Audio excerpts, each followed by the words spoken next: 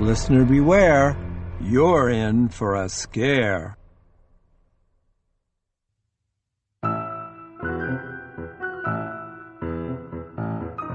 Scholastic Audio presents Stay Out of the Basement, a Goosebumps classic story by R.L. Stine.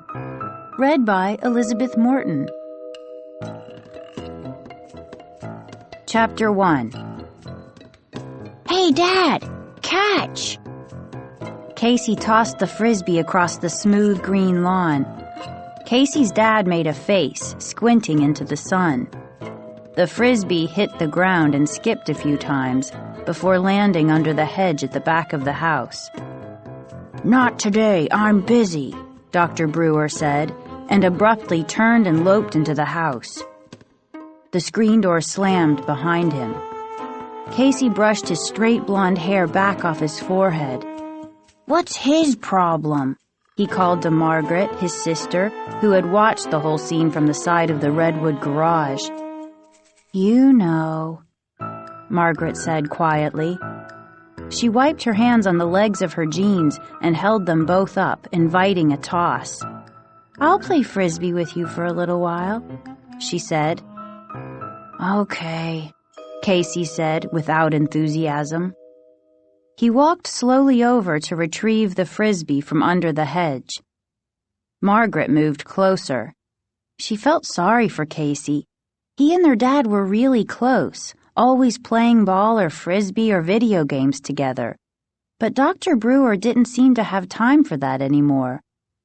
Jumping up to catch the frisbee, Margaret realized she felt sorry for herself, too. Dad hadn't been the same to her either. In fact, he spent so much time down in the basement, he barely said a word to her. "He doesn't even call me Princess anymore," Margaret thought. It was a nickname she hated, but at least it was a nickname, a sign of closeness. She tossed the red frisbee back. A bad toss. Casey chased after it, but it sailed away from him.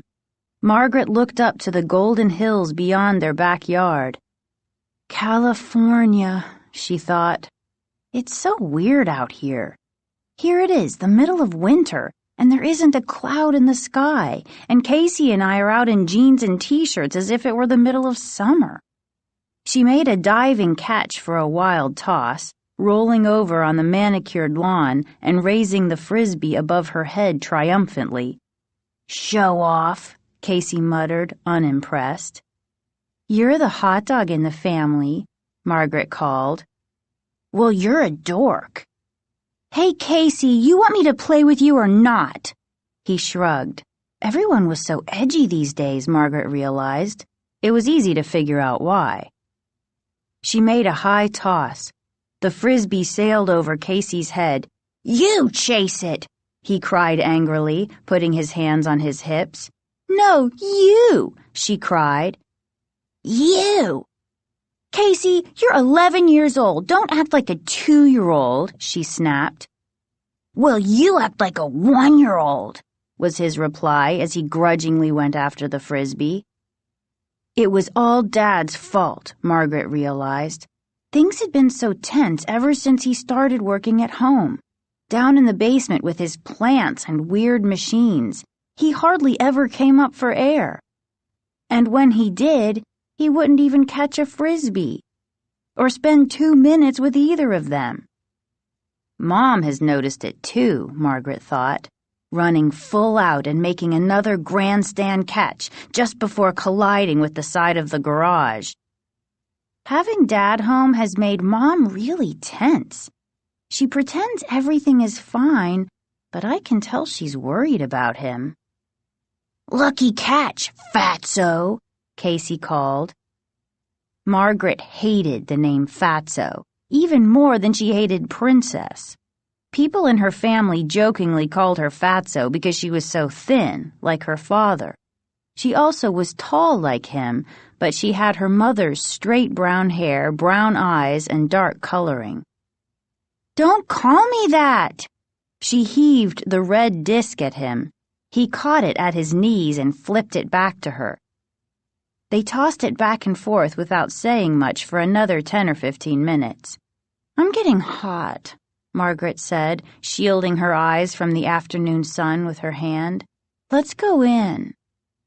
Casey tossed the frisbee against the garage wall. It dropped onto the grass. He came trotting over to her. "Dad always plays longer," he said peevishly, "and he throws better. You throw like a girl." "Give me a break," Margaret groaned, giving him a playful shove as she jogged to the back door. "You throw like a chimpanzee." "How come Dad got fired?" he asked. She blinked and stopped running. The question had caught her by surprise. "Huh?" His pale, freckled face turned serious. Why?" he asked, obviously uncomfortable. She and Casey had never discussed this in the 4 weeks since Dad had been home, which was unusual since they were pretty close, being only a year apart. "We came all the way out here so he could work at Polytech, right?" Casey asked. "Yeah, well, he got fired," Margaret said, half whispering in case their dad might be able to hear. "But why? Did he blow up the lab or something?" Casey grinned. The idea of their dad blowing up a huge campus science lab appealed to him. "No, he didn't blow anything up," Margaret said, tugging at a strand of dark hair. "Botanists work with plants, you know. They don't get much of a chance to blow things up." They both laughed. Casey followed her into the narrow strip of shade cast by the low ranch-style house. "I'm not sure exactly what happened," Margaret continued, still half whispering, "but I overheard Dad on the phone. I think he was talking to Mr. Martinez, his department head, remember? The quiet little man who came to dinner that night the barbecue grill caught fire?" Casey nodded. "Martinez fired Dad?" "Probably," Margaret whispered. "From what I overheard, it had something to do with the plants Dad was growing, some experiments that had gone wrong or something." "But Dad's real smart," Casey insisted, as if Margaret were arguing with him. "If his experiments went wrong, he'd know how to fix them." Margaret shrugged. "That's all I know," she said. "Come on, Casey, let's go inside. I'm dying of thirst." She stuck her tongue out and moaned, demonstrating her dire need of liquid. "You're gross," Casey said. He pulled open the screen door, then dodged in front of her so he could get inside first. "Who's gross?" Mrs. Brewer asked from the sink. She turned to greet the two of them. "Don't answer that." Mom looks very tired today, Margaret thought, noticing the crisscross of fine lines at the corners of her mother's eyes and the first strands of gray in her mother's shoulder-length brown hair. "I hate this job," Mrs. Brewer said, turning back to the sink. "What are you doing?" Casey asked, pulling open the refrigerator and removing a box of juice. "I'm deveining shrimp." "Yuck!" Margaret exclaimed. "Thanks for the support," Mrs. Brewer said dryly. The phone rang. Wiping her shrimpy hands with a dish towel, she hurried across the room to pick up the phone. Margaret got a box of juice from the fridge, popped the straw into the top, and followed Casey into the front hallway. The basement door, usually shut tight when Dr. Brewer was working down there, was slightly ajar. Casey started to close it, then stopped. "Let's go down and see what Dad is doing," he suggested. Margaret sucked the last drops of juice through the straw and squeezed the empty box flat in her hand. "Okay." She knew they probably shouldn't disturb their father, but her curiosity got the better of her. He had been working down there for 4 weeks now. All kinds of interesting equipment, lights, and plants had been delivered. Most days he spent at least 8 or 9 hours down there, doing whatever it was he was doing, and he hadn't shown it to them once. "Yeah, let's go," Margaret said. It was their house, too, after all. Besides, maybe their dad was just waiting for them to show some interest. Maybe he was hurt that they hadn't bothered to come downstairs in all this time. She pulled the door open the rest of the way, and they stepped onto the narrow stairway. "Hey, Dad!" Casey called excitedly. "Dad, can we see?" They were halfway down when their father appeared at the foot of the stairs. He glared up at them angrily, his skin strangely green under the fluorescent light fixture. He was holding his right hand, drops of red blood falling onto his white lab coat. "Stay out of the basement!" he bellowed in a voice they'd never heard before. Both kids shrank back, surprised to hear their father scream like that.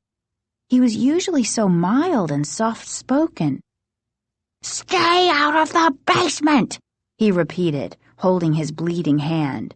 "Don't ever come down here. I'm warning you." Chapter 2.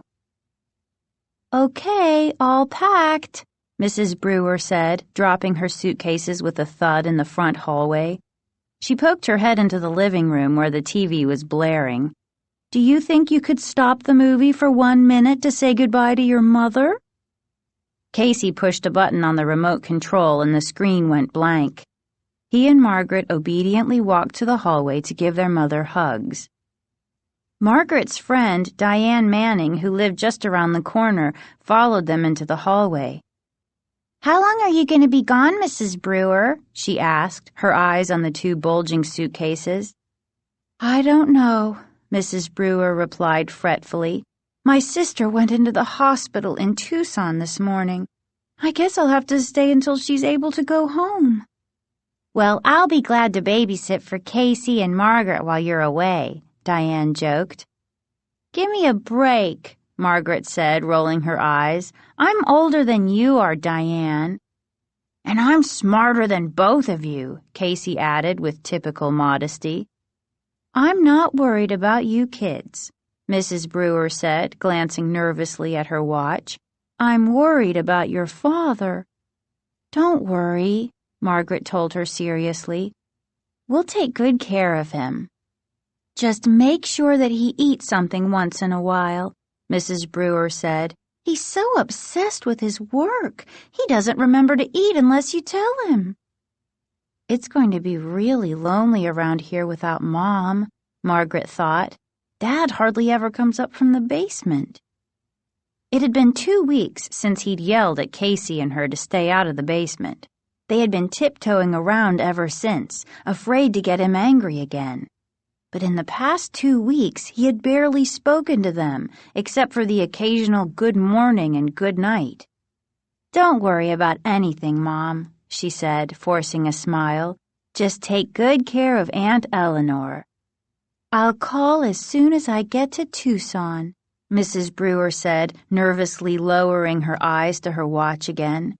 She took 3 long strides to the basement door, then shouted down, "Michael, time to take me to the airport."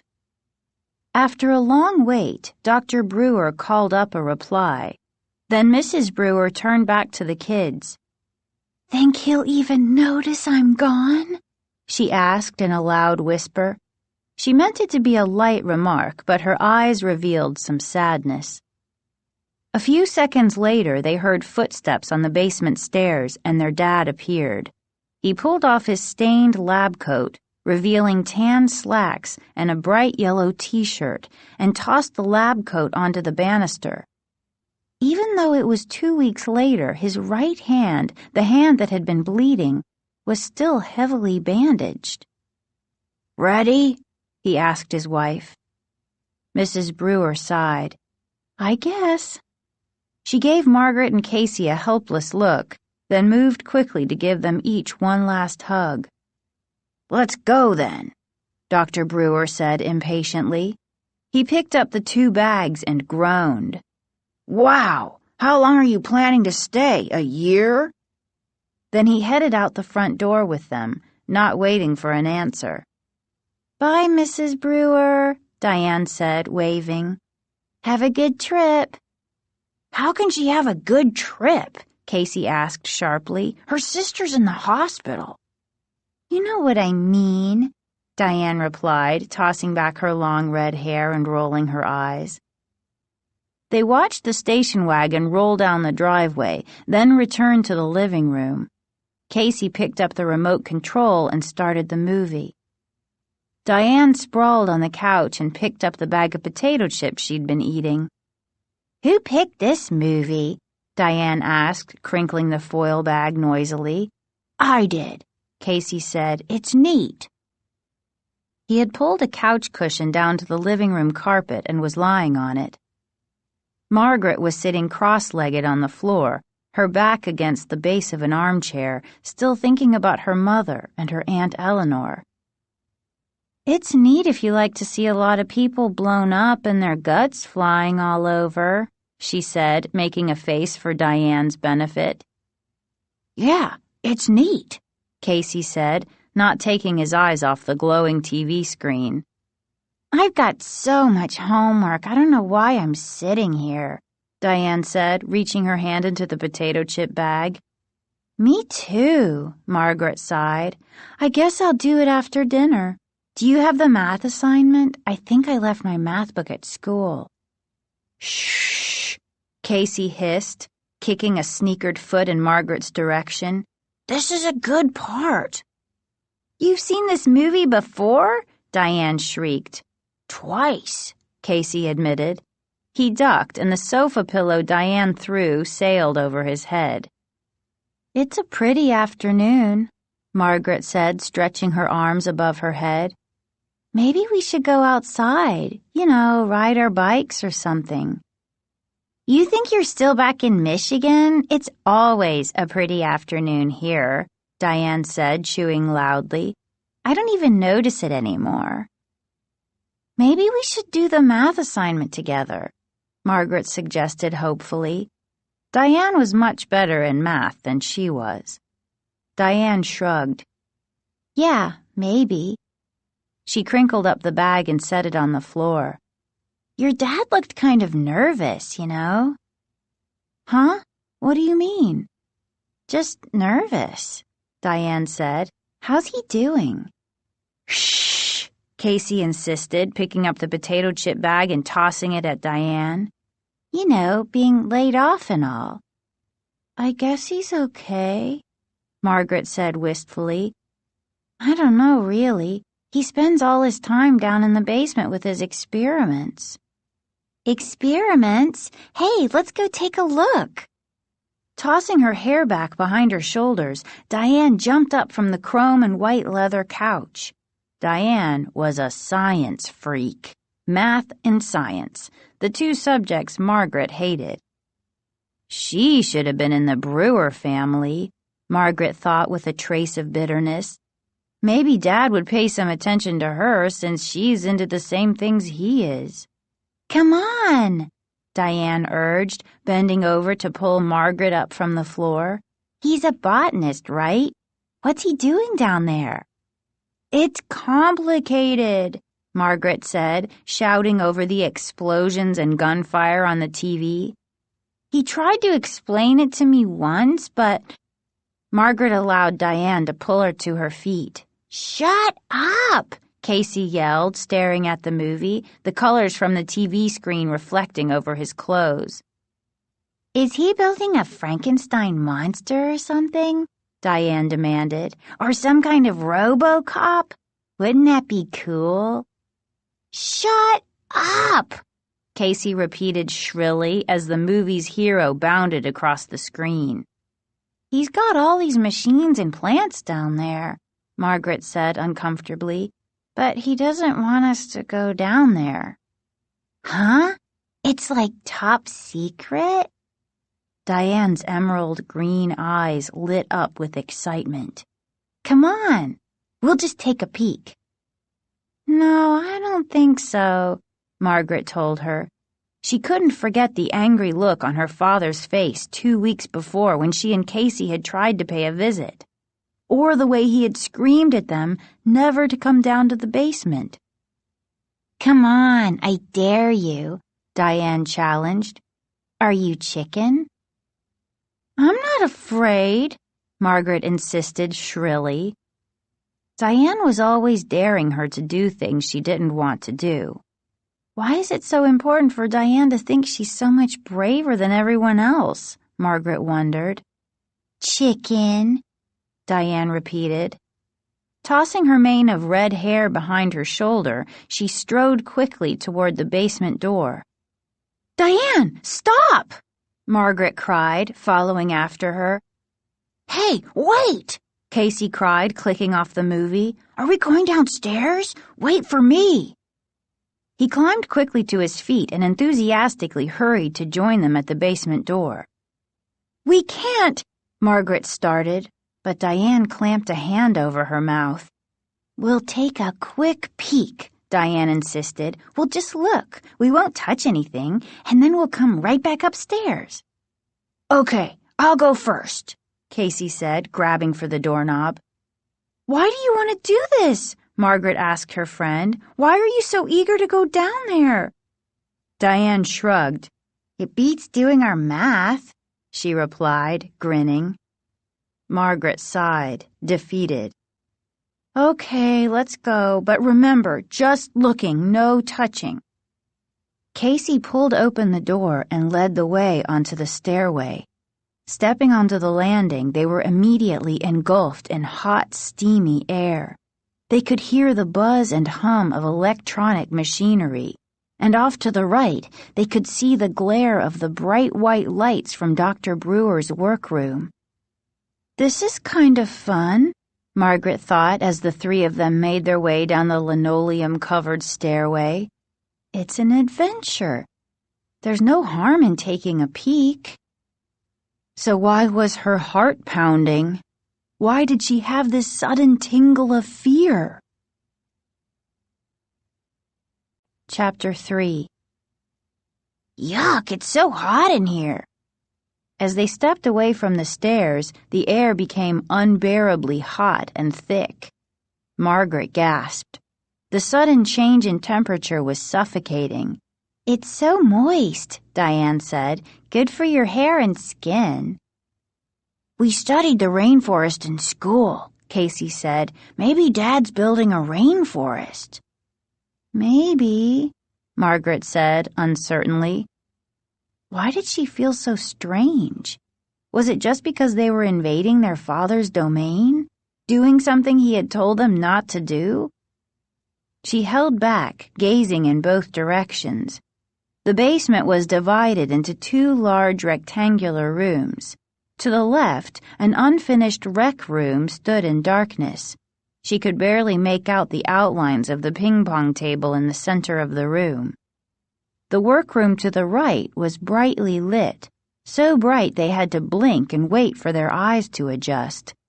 Beams of white light poured down from large halogen lamps on tracks in the ceiling. "Wow! Look!" Casey cried, his eyes wide as he stepped excitedly toward the light.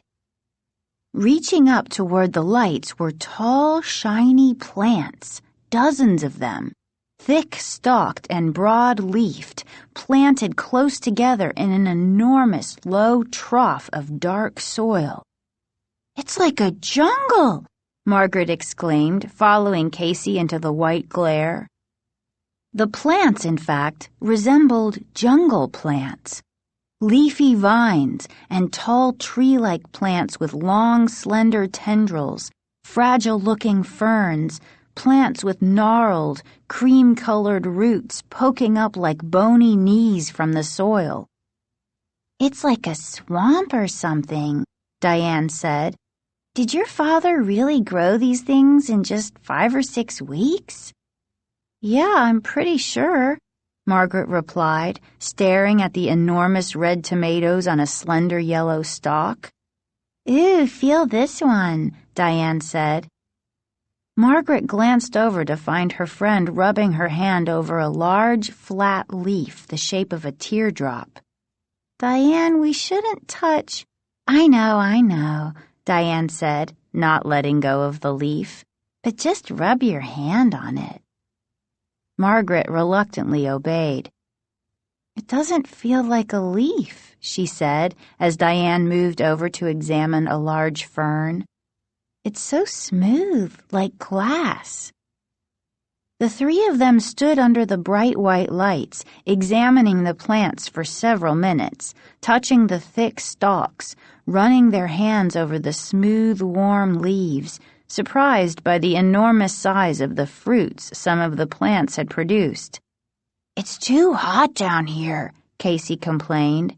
He pulled his t-shirt off over his head and dropped it onto the floor. "What a bod," Diane teased him. He stuck out his tongue at her, then his pale blue eyes grew wide and he seemed to freeze in surprise. "Hey!" "Casey, what's the matter?" Margaret asked, hurrying over to him. "This one." He pointed to a tall tree-like plant. "It's breathing." Diane laughed, but Margaret heard it too.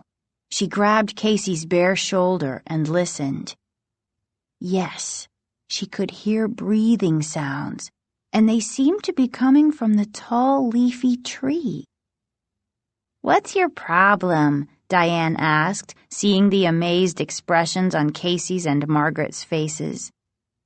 "Casey's right," Margaret said softly, listening to the steady rhythmic sound. "You can hear it breathing." Diane rolled her eyes. "Maybe it has a cold. Maybe its vine is stuffed up." She laughed at her own joke, but her two companions didn't join in. "I don't hear it." She moved closer. All three of them listened. Silence.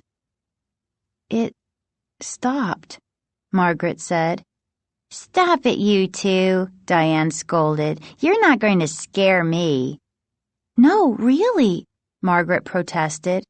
"Hey, look at this."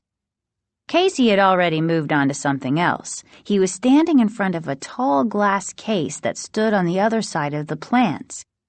It looked a little like a phone booth, with a shelf inside about shoulder high and dozens of wires attached to the back and sides. Margaret's eyes followed the wires to a similar glass booth a few feet away. Some kind of electrical generator stood between the two booths and appeared to be connected to both of them. "What could that be?" Diane asked, hurrying over to Casey. "Don't touch it," Margaret warned, giving the breathing plant one final glance, then joining the others. But Casey reached out to the glass door on the front of the booth. "I just want to see if this opens," he said. He grabbed the glass, and his eyes went wide with shock. His entire body began to shake and vibrate. His head jerked wildly from side to side. His eyes rolled up in his head. "Oh, help!" he managed to cry, his body vibrating and shaking harder and faster. "Help me! I can't stop!" Chapter 4. "Help me!" Casey's whole body shook as if an electrical current were charging through him. His head jerked on his shoulders and his eyes looked wild and dazed. "Please!" Margaret and Diane stared in open-mouthed horror. Margaret was the first to move. She lunged at Casey and reached out to try to pull him away from the glass. "Margaret, don't!" Diane screamed. "Don't touch him!" "But we have to do something!" Margaret cried. It took both girls a while to realize that Casey had stopped shaking and was laughing. "Casey?" Margaret asked, staring at him, her terrified expression fading to astonishment. He was leaning against the glass, his body still now, his mouth wrapped in a broad, mischievous grin. "Gotcha," he declared, and then began to laugh even harder, pointing at them and repeating the phrase through his triumphant laughter. "Gotcha! Gotcha!" "That wasn't funny," Margaret screamed. You are faking it? I don't believe it, Diane cried, her face as pale as the white lights above them, her lower lip trembling. Both girls leaped onto Casey and pushed him to the floor. Margaret sat on top of him while Diane held his shoulders down. Gotcha, gotcha, he continued, stopping only when Margaret tickled his stomach so hard he couldn't talk. You rat, Diane cried. You little rat. The free-for-all was brought to a sudden halt by a low moan from across the room. All three kids raised their heads and stared in the direction of the sound. The large basement was silent now, except for their heavy breathing. What was that? Diane whispered. They listened. Another low moan, a mournful sound, muffled, like air through a saxophone. The tendrils of a tree-like plant suddenly drooped, like snakes lowering themselves to the ground. Another low, sad moan. It's the plants, Casey said. His expression frightened now. He pushed his sister off him and climbed to his feet, brushing back his disheveled blonde hair as he stood up. Plants don't cry and moan, Diane said, her eyes on the vast trough of plants that filled the room. These do, Margaret said. Tendrils moved, like human arms shifting their position. They could hear breathing again, slow, steady breathing. Then a sigh, like air escaping. Let's get out of here, Casey said, edging toward the stairs.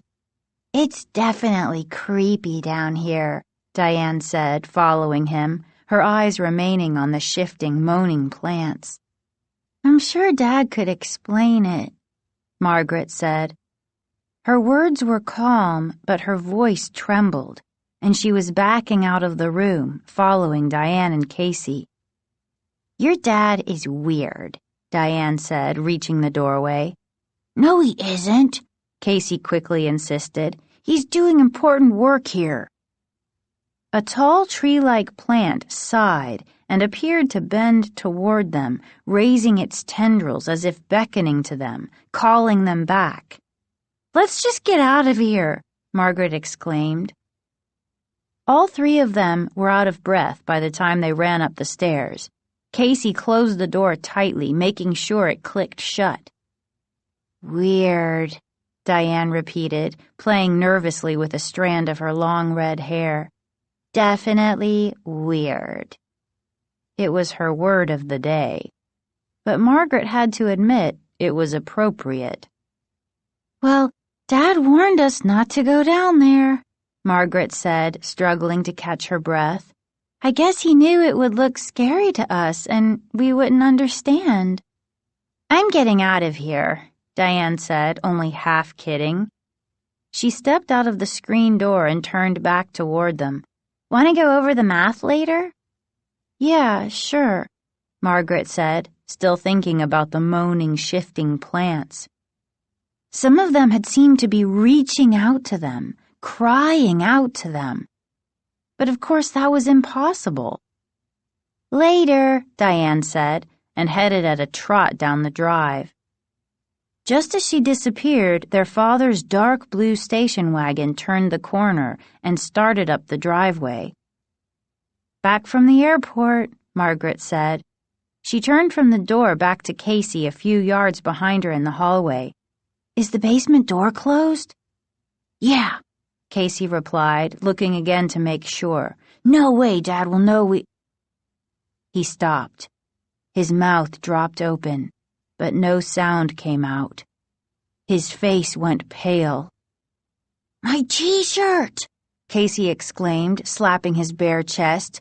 I left it in the basement! Chapter 5. I've got to get it, Casey said. Otherwise Dad'll know. It's too late, Margaret interrupted, her eyes on the driveway. He's already pulled up the drive. It'll only take a second, Casey insisted, his hand on the basement doorknob. I'll run down and run right up. No! Margaret stood tensely in the center of the narrow hallway, halfway between the front door and the basement door, her eyes toward the front. He's parked. He's getting out of the car. But he'll know. He'll know, Casey cried, his voice high and whiny. So? Remember how mad he got last time? Casey asked. Of course I remember, Margaret replied. But he's not going to kill us, Casey, just because we took a peek at his plants. Margaret stopped. She moved closer to the screen door. Hey, wait. What's going on? Casey asked. Hurry. Margaret turned and gestured with both hands. Go, get downstairs, fast. Mr. Henry from next door, he stopped Dad. They're talking about something in the drive. With a loud cry, Casey flung open the basement door and disappeared. Margaret heard him clumping rapidly down the stairs. Then she heard his footsteps fade as he hurried into their father's workroom. Hurry, Casey, she thought, standing guard at the front door, watching her father shielding his eyes from the sun with one hand as he talked with Mr. Henry. Hurry! You know Dad never talks for long with the neighbors. Mr. Henry seemed to be doing all the talking. Probably asking Dad some kind of favor, Margaret thought. Mr. Henry wasn't handy at all, not like Dr. Brewer, and so he was always asking Margaret's dad to come over and help repair or install things. Her father was nodding now, a tight smile on his face. Hurry, Casey, get back up here. Where are you? Still shielding his eyes, Dr. Brewer gave Mr. Henry a quick wave. Then both men spun around and began walking quickly toward their houses. Hurry, Casey! Casey, he's coming! Hurry! Margaret urged silently. It doesn't take this long to pick your t-shirt up from the floor and run up the stairs. It shouldn't take this long. Her dad was on the front walk now. He spotted her in the doorway and waved. Margaret returned the wave and looked back through the hallway to the basement door. Casey, where are you? She called aloud. No reply. No sound from the basement. No sound at all. Dr. Brewer had paused outside to inspect the rose bushes at the head of the front walk. Casey? Margaret called. Still no reply. Casey, hurry! Silence. Her father was crouching down, doing something to the soil beneath the rose bushes. With a feeling of dread weighing down her entire body, Margaret realized she had no choice. She had to go downstairs and see what was keeping Casey. Chapter 6. Casey ran down the steps, leaning on the metal banister so that he could jump down 2 steps at a time. He landed hard on the cement basement floor and darted into the bright white light of the plant room. Stopping at the entranceway, he waited for his eyes to adjust to the brighter-than-day light. He took a deep breath, inhaling the steamy air, and held it. It was so hot down there, so sticky. His back began to itch. The back of his neck tingled. The jungle of plants stood as if at attention under the bright white lights. He saw his t-shirt, lying crumpled on the floor a few feet from a tall leafy tree. The tree seemed to lean toward the t-shirt, its long tendrils hanging down, loosely coiled on the soil around its trunk. Casey took a timid step into the room. Why am I so afraid? He wondered.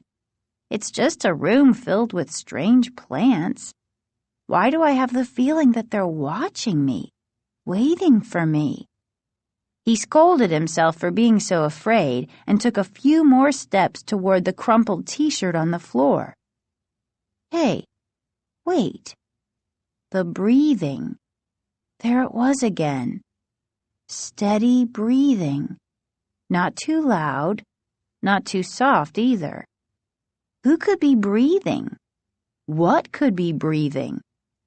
Was it the big tree? Casey stared at the shirt on the floor, so near. What was keeping him from grabbing it and running back upstairs? What was holding him back? He took a step forward, then another. Was the breathing growing louder? He jumped, startled by a sudden low moan from the big supply closet against the wall. It sounded so human, as if someone were in there, moaning in pain. "Casey, where are you?" Margaret's voice sounded so far away, even though she was just at the head of the stairs.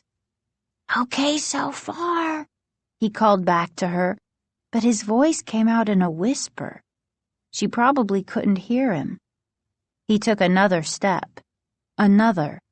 The shirt was about 3 yards away.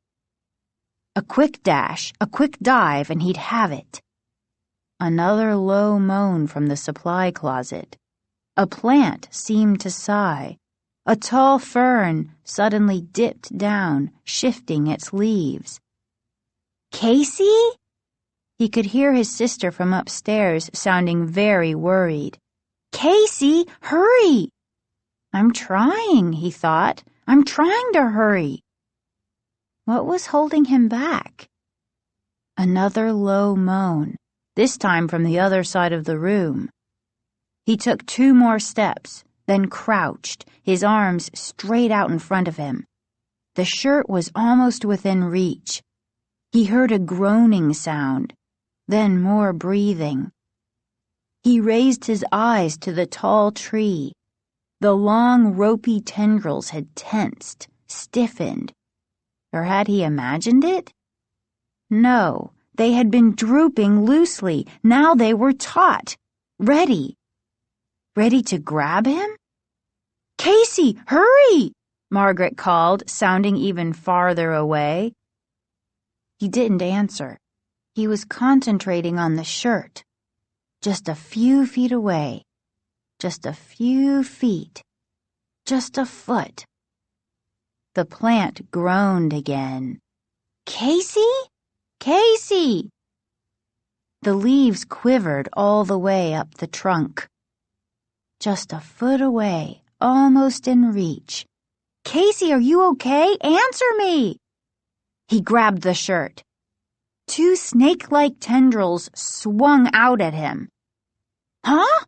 He cried out, paralyzed with fear. "What's happening?" The tendrils wrapped themselves around his waist. "Let go!" he cried, holding the t-shirt tightly in one hand, grabbing at the tendrils with the other. The tendrils hung on and gently tightened around him. "Margaret?" Casey tried calling, but no sound came out of his mouth. "Margaret?" He jerked violently, then pulled straight ahead. The tendrils held on. They didn't squeeze him. They weren't trying to strangle him or pull him back. But they didn't let go. They felt warm and wet against his bare skin, like animal arms, not like a plant. "Help!" He again tried to shout. He pulled once more, leaning forward, using all his strength. No good. He ducked low, hit the floor, tried to roll away. The tendrils hung on. The plant uttered a loud sigh. "Let go!" Casey cried, finally finding his voice. And then suddenly Margaret was standing beside him. He hadn't heard her come down the stairs. He hadn't seen her enter the room. "Casey!" she cried. "What's—" Her mouth dropped open and her eyes grew wide. "It won't let go," he told her. "No!" she screamed and grabbed one of the tendrils with both hands and tugged with all her strength. The tendril resisted for only a moment, then went slack. Casey uttered a joyful cry and spun away from the remaining tendril. Margaret dropped the tendril and grabbed Casey's hand and began running toward the stairs. "Oh!" They both stopped short at the bottom of the stairway. Standing at the top was their father, glaring down at them, his hands balled into tight fists at his sides, his face rigid with anger. Chapter 7. "Dad, the plants!" Margaret cried. He stared down at them, his eyes cold and angry, unblinking. He was silent. "One grabbed Casey," Margaret told him. "I just went down to get my shirt," Casey said, his voice trembling. They stared up at him expectantly, waiting for him to move, to unball his fists, to relax his hard expression, to speak. But he glared down at them for the longest time. Finally, he said, "You're okay?" "Yeah," they said in unison, both of them nodding. Margaret realized she was still holding Casey's hand. She let go of it and reached for the banister. "I'm very disappointed in you both," Dr. Brewer said in a low, flat voice, cool but not angry. "Sorry," Margaret said. "We knew we shouldn't." "We didn't touch anything, really," Casey exclaimed. "Very disappointed," their father repeated. "Sorry, Dad." Dr. Brewer motioned for them to come upstairs. Then he stepped into the hallway. "I thought he was going to yell at us," Casey whispered to Margaret as he followed her up the steps. "That's not Dad's style," Margaret whispered back. "He sure yelled at us the last time we started into the basement," Casey replied. They followed their father into the kitchen. He motioned for them to sit down at the white formica table, then dropped into a chair across from them. His eyes went from one to the other, as if studying them, as if seeing them for the first time.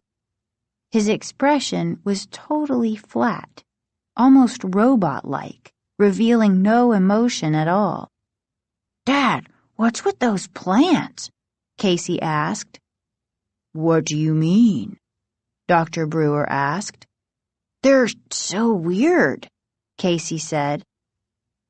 "I'll explain them to you someday," Dr. Brewer said flatly, still staring at the two of them. "It looks very interesting," Margaret said, struggling to say the right thing. Was their dad trying to make them feel uncomfortable? She wondered. If so, he was doing a good job of it. This wasn't like him. Not at all. He was always a very direct person, Margaret thought. If he was angry, he said he was angry. If he was upset, he'd tell them he was upset. So why was he acting so strange, so silent, so cold? "I asked you not to go in the basement," he said quietly, crossing his legs and leaning back so that the kitchen chair tilted back.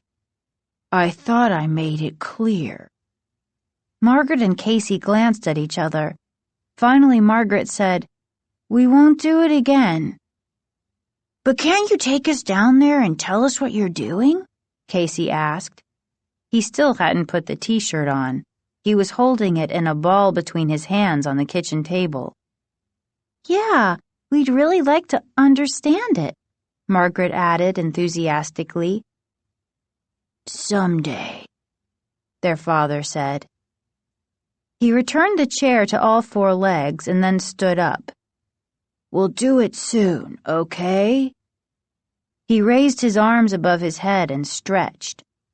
"I've got to get back to work." He disappeared into the front hallway. Casey raised his eyes to Margaret and shrugged. Their father reappeared, carrying the lab coat he had tossed over the front banister. "Mom took off okay?" Margaret asked. He nodded. "I guess." He pulled on the lab coat over his head. "I hope Aunt Eleanor's okay," Margaret said. Dr. Brewer's reply was muffled as he adjusted the lab coat and straightened the collar.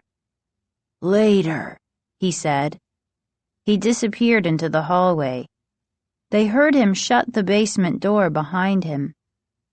I guess he's not going to ground us or anything for going down there, Margaret said, leaning against the table and resting her chin in her hands. I guess, Casey said. He sure is acting weird. Maybe he's upset because Mom is gone, Margaret said. She sat up and gave Casey a push. Come on, get up. I've got work to do. I can't believe that plant grabbed me, Casey said thoughtfully, not budging. You don't have to push, Casey griped, but he climbed to his feet and stepped out of Margaret's way. I'm going to have bad dreams tonight, he said glumly. Just don't think about the basement, Margaret advised. That's really lame advice, she told herself, but what else could she say? She went up to her room, thinking about how she missed her mother already. Then the scene in the basement, with Casey trying to pull himself free of the enormous twining plant tendrils, played once again through her mind. With a shudder, she grabbed her textbook and threw herself onto her stomach on the bed, prepared to read. But the words on the page blurred as the moaning, breathing plants kept creeping back into her thoughts. At least we're not being punished for going down there, she thought. At least Dad didn't yell and frighten us this time. And at least Dad has promised to take us downstairs with him soon and explain to us what he's working on down there. That thought made Margaret feel a lot better. She felt better until the next morning, when she awoke early and went downstairs to make some breakfast.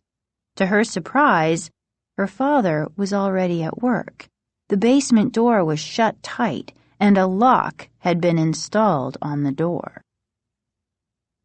The next Saturday afternoon, Margaret was up in her room, lying on top of the bed, talking to her mom on the phone.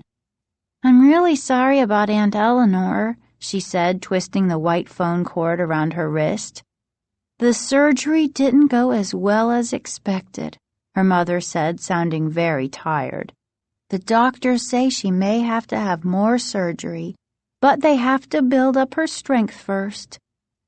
I guess this means you won't be coming home real soon, Margaret said sadly. Mrs. Brewer laughed. Don't tell me you actually miss me.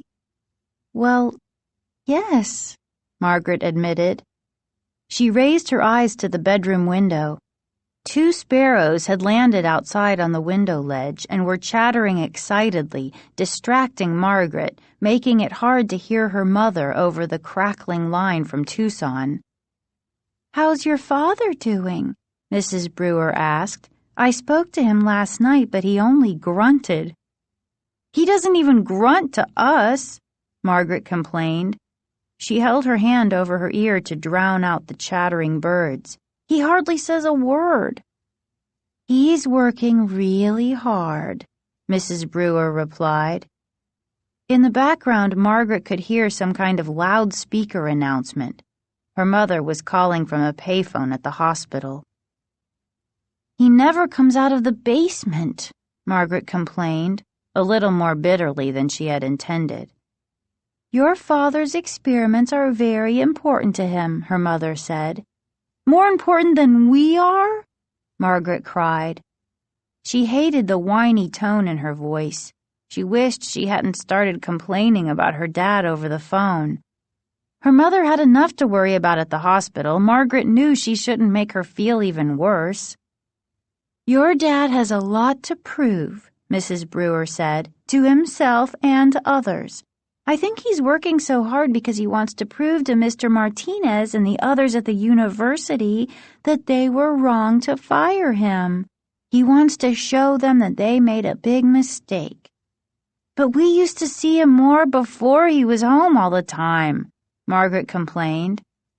She could hear her mother sigh impatiently. Margaret, I'm trying to explain to you. You're old enough to understand. I'm sorry, Margaret said quickly. She decided to change the subject. He's wearing a baseball cap all of a sudden. Who, Casey? No, Mom, Margaret replied. Dad, he's wearing a Dodgers cap. He never takes it off. Really? Mrs. Brewer sounded very surprised. Margaret laughed. We told him he looks really dorky in it, but he refuses to take it off. Mrs. Brewer laughed too. Uh-oh, I'm being called, she said. Gotta run. Take care, dear. I'll try to call back later. A click, and she was gone. Margaret stared up at the ceiling, watching shadows from trees in the front yard move back and forth. The sparrows had flown away, leaving silence behind. Poor Mom, Margaret thought. She's so worried about her sister, and I had to go and complain about Dad. Why did I do that? She sat up, listening to the silence. Casey was over at a friend's. Her dad was no doubt working in the basement, the door carefully locked behind him. Maybe I'll give Diane a call, Margaret thought. She reached for the phone, then realized she was hungry. Lunch first, she decided, then Diane. She brushed her dark hair quickly, shaking her head at the mirror over her dressing table, then hurried downstairs. To her surprise, her dad was in the kitchen. He was huddled over the sink, his back to her. She started to call out to him, but stopped. What was he doing? Curious, she pressed against the wall, gazing at him through the doorway to the kitchen. Dr. Brewer appeared to be eating something. With one hand, he was holding a bag on the counter beside the sink. As Margaret watched in surprise, he dipped his hand into the bag, pulled out a big handful of something, and shoved it into his mouth. Margaret watched him chew hungrily, noisily, then pull out another handful from the bag and eat it greedily. What on earth is he eating? She wondered. He never eats with Casey and me. He always says he isn't hungry. But he sure is hungry now. He acts as if he's starving. She watched from the doorway as Dr. Brewer continued to grab handful after handful from the bag, gulping down his solitary meal. After a while, he crinkled up the bag and tossed it into the trash can under the sink. Then he wiped his hands off on the sides of his white lab coat. Margaret quickly backed away from the door, tiptoed through the hall, and ducked into the living room. She held her breath as her father came into the hall, clearing his throat loudly. The basement door closed behind him. She heard him carefully lock it. When she was sure that he had gone downstairs, Margaret walked eagerly into the kitchen. She had to know what her father had been eating so greedily, so hungrily. She pulled open the sink cabinet, reached into the trash, and pulled out the crinkled-up bag. Then she gasped aloud as her eyes ran over the label. Her father, she saw, had been devouring plant food. Chapter 8. Margaret swallowed hard. Her mouth felt dry as cotton. She suddenly realized she was squeezing the side of the counter so tightly her hand ached. Forcing herself to loosen her grip, she stared down at the half-empty plant food bag, which she had dropped onto the floor. She felt sick. She couldn't get the disgusting picture out of her mind. How could her dad eat mud? He didn't just eat it, she realized. He shoveled it into his mouth and gulped it down, as if he liked it, as if he needed it. Eating the plant food had to be part of his experiments, Margaret told herself. But what kind of experiments? What was he trying to prove with those strange plants he was growing? The stuff inside the bag smelled sour, like fertilizer. Margaret took a deep breath and held it. She suddenly felt sick to her stomach. Staring at the bag, she couldn't help but imagine what the disgusting muck inside must taste like. Oh, she nearly gagged. How could her own father shove this horrid stuff into his mouth? Still holding her breath, she grabbed the nearly empty bag, wadded it up, and tossed it back into the trash. She started to turn away from the counter when a hand grabbed her shoulder. Margaret uttered a silent cry and spun around. "Casey!" "I'm home," he said, grinning at her. "What's for lunch?" Later, after making him a peanut butter sandwich, she told Casey what she had seen. Casey laughed. "It isn't funny," she said crossly. "Our own dad was eating dirt." Casey laughed again. For some reason, it struck him as funny. Margaret punched him hard on the shoulder, so hard that he dropped his sandwich. "Sorry," she said quickly, "but I don't see what you're laughing at. It's sick. There's something wrong with Dad, something really wrong." "Maybe he just had a craving for plant food," Casey cracked, still not taking her seriously. "You know, like you get a craving for those honey-roasted peanuts." "That's different," Margaret snapped. "Eating dirt is disgusting. Why won't you admit it?" But before Casey could reply, Margaret continued, letting all of her unhappiness out at once. "Don't you see, Dad has changed a lot. Even since Mom has been gone. He spends even more time in the basement." "That's because Mom isn't around," Casey interrupted. "And he's so quiet all the time and so cold to us," Margaret continued, ignoring him. "He hardly says a word to us. He used to kid around all the time and ask us about our homework. He never says a human word. He never calls me princess or fatso the way he used to. He never—" "You hate those names, fatso," Casey said, giggling with a mouthful of peanut butter. "I know," Margaret said impatiently. "That's just an example." "So what are you trying to say?" Casey asked. "That Dad is out of his tree? That he's gone totally bananas?" I don't know," Margaret answered in frustration. "Watching him gulp down that disgusting plant food, I had this horrible thought that he's turning into a plant."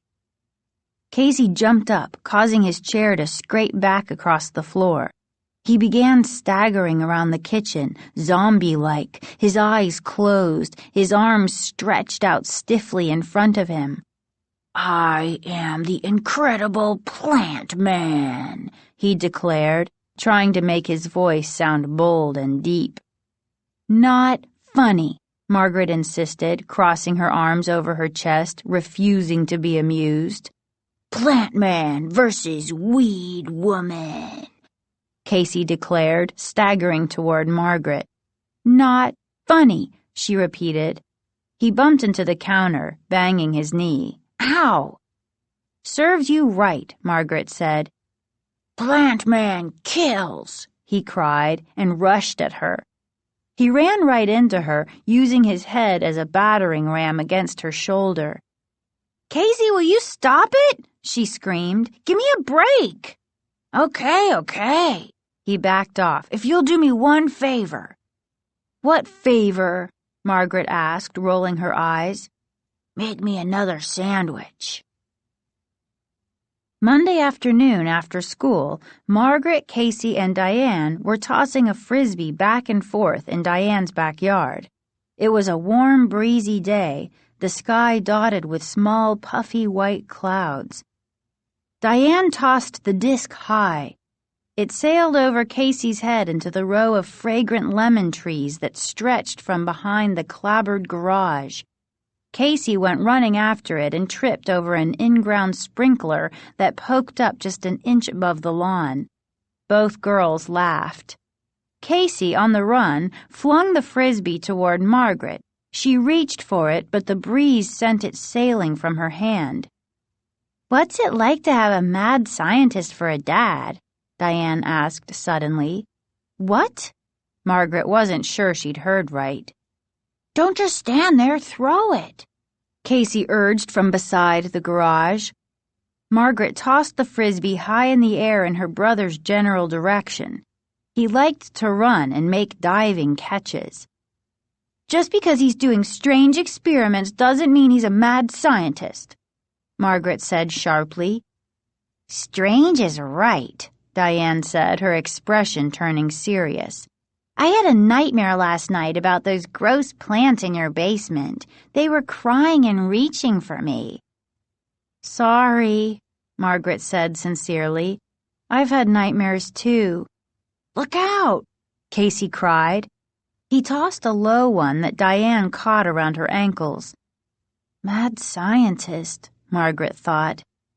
Mad scientist. Mad scientist. The words kept repeating in her mind.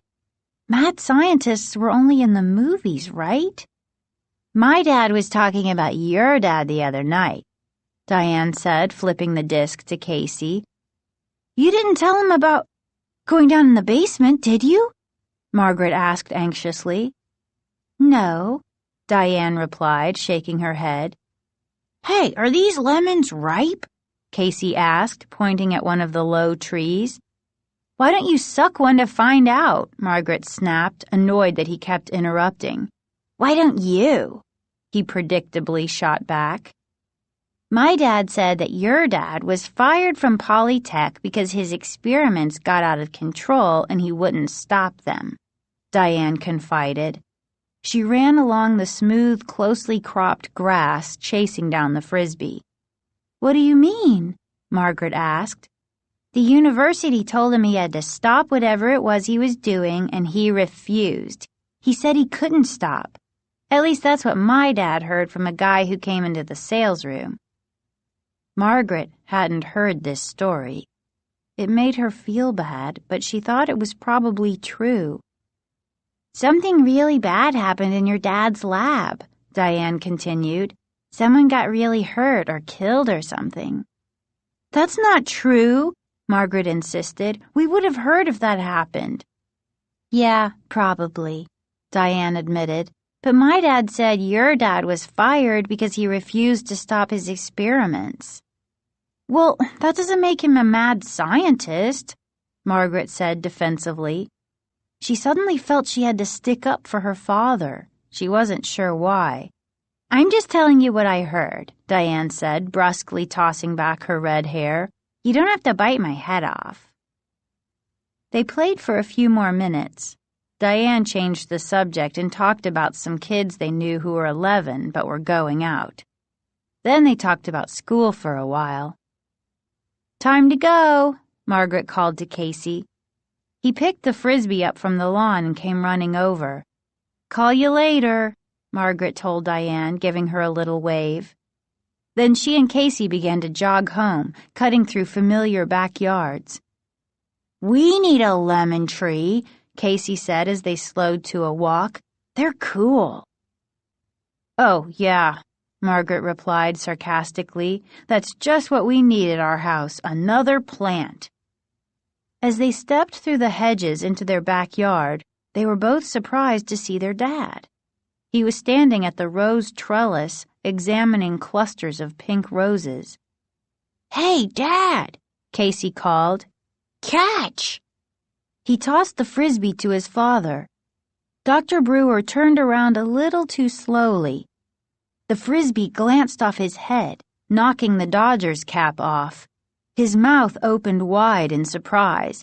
He raised his hands to cover his head, but it was too late.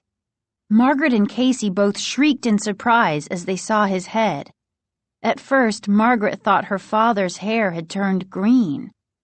But then she clearly saw that it wasn't hair on his scalp. His hair was gone. It had all fallen out.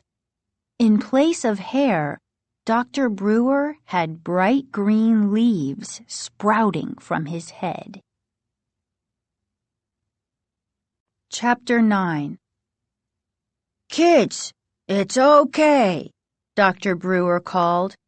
He bent down quickly, picked up the baseball cap, and replaced it on his head. A crow flew low overhead, cawing loudly.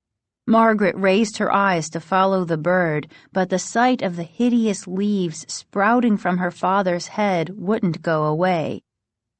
Her whole head began to itch as she imagined what it must feel like to have leaves uncurling from your scalp. "It's okay, really," Dr. Brewer repeated, hurrying over to them. "But, Dad, your head," Casey stammered. He suddenly looked very pale. Margaret felt sick. She kept swallowing hard, trying to ride out the waves of nausea. "Come here, you two," their father said softly, putting an arm around each of their shoulders. "Let's sit down in the shade over there and have a talk. I spoke to your mom on the phone this morning. She told me you're upset about my work." "Your head, it's all green," Casey repeated. "I know," Dr. Brewer said, smiling. "That's why I put on the cap. I didn't want you two to worry." He led them to the shade of the tall hedges that ran along the garage, and they sat down on the grass. "I guess you think your dad has gotten pretty weird, huh?" He stared into Margaret's eyes. Feeling uncomfortable, she looked away. Cawing frantically, the crow flew over again, heading in the other direction. "Margaret, you haven't said a word," her father said, squeezing her hand tenderly between his. "What's wrong? What do you want to say to me?" Margaret sighed and still avoided her father's glance. "Come on, tell us. Why do you have leaves growing out of your head?" she asked bluntly. "It's a side effect," he told her, continuing to hold her hand. "It's only temporary. It'll go away soon, and my hair will grow back." "But how did it happen?" Casey asked, staring at his father's Dodgers cap. A few green leaves poked out from under the brim. "Maybe you two would feel better if I explained what I'm trying to do down in the basement," Dr. Brewer said, shifting his weight and leaning back on his hands. "I've been so wrapped up in my experiments, I haven't had much time to talk to you." "You haven't had any time," Margaret corrected him. "I'm sorry," he said, lowering his eyes. "I really am, but this work I'm doing is so exciting and so difficult." "Did you discover a new kind of plant?" Casey asked, crossing his legs beneath him. "No, I'm trying to build a new kind of plant," Dr. Brewer explained. "Huh?" Casey exclaimed. "Have you ever talked about DNA in school?" their father asked. They shook their heads. "Well, it's pretty complicated," he continued. Dr. Brewer thought for a moment. "Let me try and put it in simple terms," he said, fiddling with the bandage around his hand. "Let's say we took a person who had a very high IQ, real brain power." "Like me," Casey interrupted. "Casey, shut up," Margaret said edgily. "A real brain, like Casey," Dr. Brewer said agreeably. "And let's say we were able to isolate the molecule or gene or tiny part of a gene that enabled the person to have such high intelligence. And then let's say we were able to transmit it into other brains. And then this brain power could be passed along from generation to generation, and lots of people would have high IQs. Do you understand?" He looked first at Casey, then at Margaret. "Yeah, kind of," Margaret said. "You take a good quality from one person and put it into other people, and then they have the good quality too, and they pass it on to their children and on and on." "Very good," Dr. Brewer said, smiling for the first time in weeks. "That's what a lot of botanists do with plants. They try to take the fruit-bearing building block from one plant and put it into another. Create a new plant that will bear 5 times as much fruit or 5 times as much grain or vegetables." "And that's what you're doing?" Casey asked. "Not exactly," their father said, lowering his voice. "I'm doing something a little more unusual. I really don't want to go into detail now, but I'll tell you that what I'm trying to do is build a kind of plant that has never existed and could never exist. I'm trying to build a plant that's part animal." Casey and Margaret stared at their father in surprise. Margaret was the first to speak. "You mean you're taking cells from an animal and putting them into a plant?" He nodded. "I really don't want to say more. You two understand why this must be kept secret." He turned his eyes on Margaret, then Casey, studying their reactions. "How do you do it?" Margaret asked, thinking hard about everything he had just told them. "How do you get these cells from the animals to the plant?" "I'm trying to do it by breaking them down electronically," he answered. "I have 2 glass booths connected by a powerful electron generator. You may have seen them when you were snooping around down there." He made a sour face. "Yeah, they look like phone booths," Casey said. "One booth is a sender and one is a receiver," he explained. "I'm trying to send the right DNA, the right building blocks, from one booth to the other. It's very delicate work." "And have you done it?" Margaret asked. "I've come very close," Dr. Brewer said, a pleased smile crossing his face. The smile lasted only a few seconds. Then, his expression thoughtful, he abruptly climbed to his feet. "Gotta get back to work," he said quietly. "See you two later." He started walking across the lawn, taking long strides. "But Dad!" Margaret called after him. She and Casey climbed to their feet, too. "Your head, the leaves, you didn't explain it," she said as she and her brother hurried to catch up to him. Dr. Brewer shrugged. "Nothing to explain," he said curtly, "just a side effect." He adjusted his Dodgers cap. "Don't worry about it. It's only temporary. Just a side effect." Then he hurried into the house. Casey seemed really pleased by their dad's explanation of what was going on in the basement. "Dad's doing really important work," he said with unusual seriousness. But as Margaret made her way into the house, she found herself troubled by what her dad had said, and even more troubled by what he hadn't said. Margaret closed the door to her room and lay down on the bed to think about things. Her father hadn't really explained the leaves growing on his head. Just a side effect didn't explain much at all. A side effect from what? What actually caused it? What made his hair fall out? When would his hair grow back? It was obvious that he hadn't wanted to discuss it with them. He had certainly hurried back to his basement after telling them it was just a side effect. A side effect.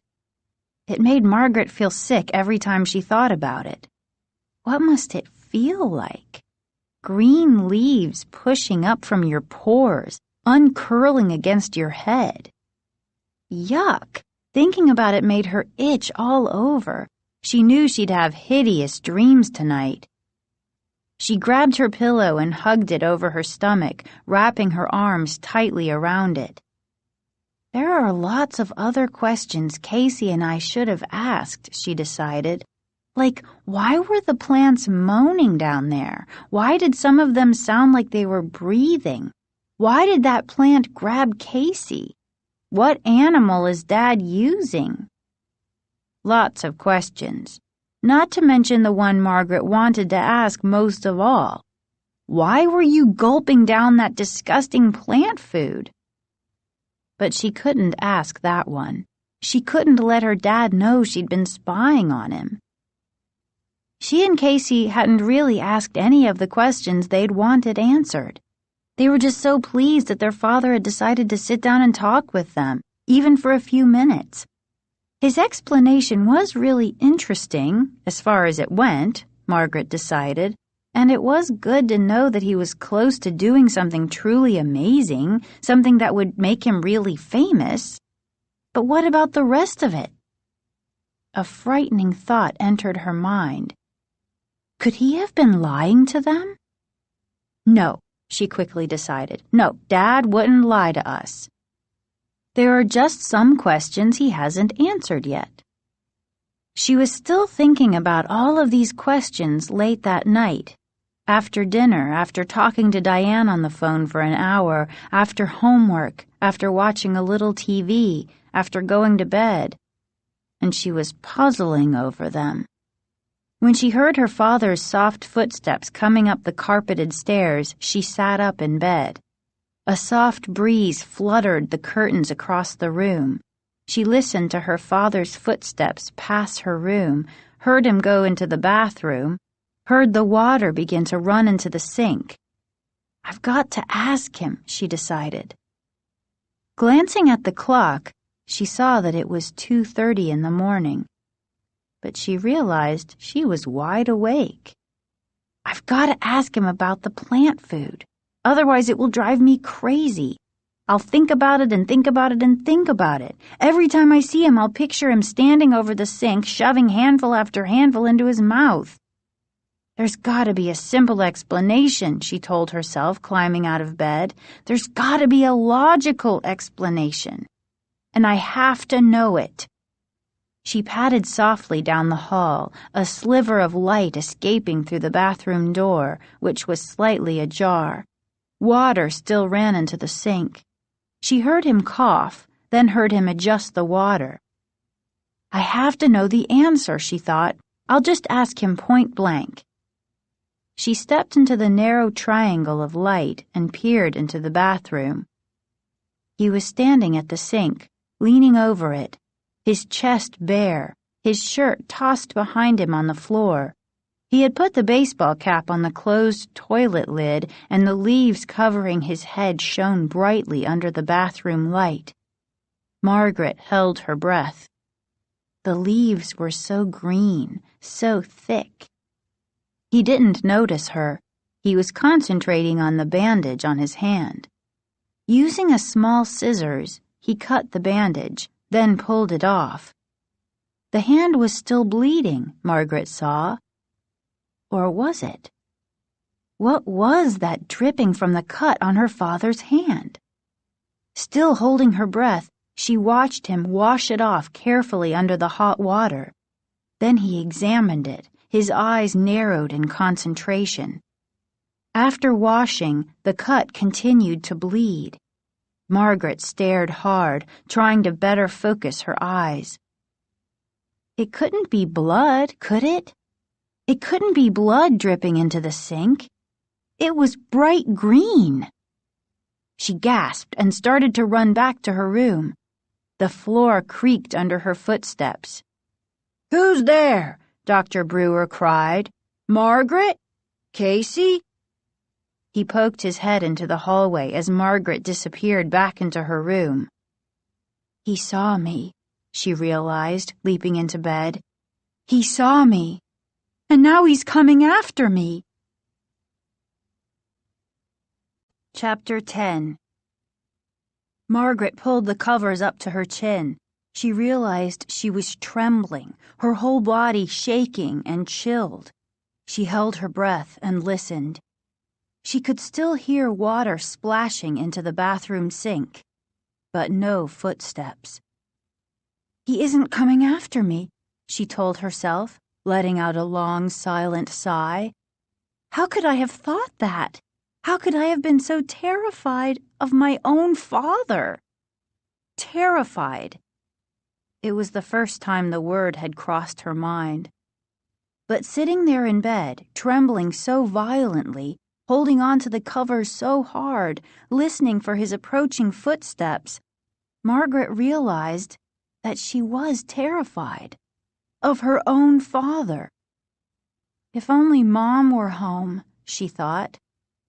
Without thinking, she reached for the phone. She had the idea in her head to call her mother, wake her up, tell her to come home as fast as she could, tell her something terrible was happening to Dad, that he was changing, that he was acting so weird. She glanced at the clock. 2:43. No, she couldn't do that. Her poor mother was having such a terrible time in Tucson trying to care for her sister. Margaret couldn't frighten her like that. Besides, what could she say? How could she explain to her mother how she had become terrified of her own father? Mrs. Brewer would just tell her to calm down, that her father still loved her, that he would never harm her, that he was just caught up in his work. Caught up. He had leaves growing out of his head. He was eating dirt, and his blood was green.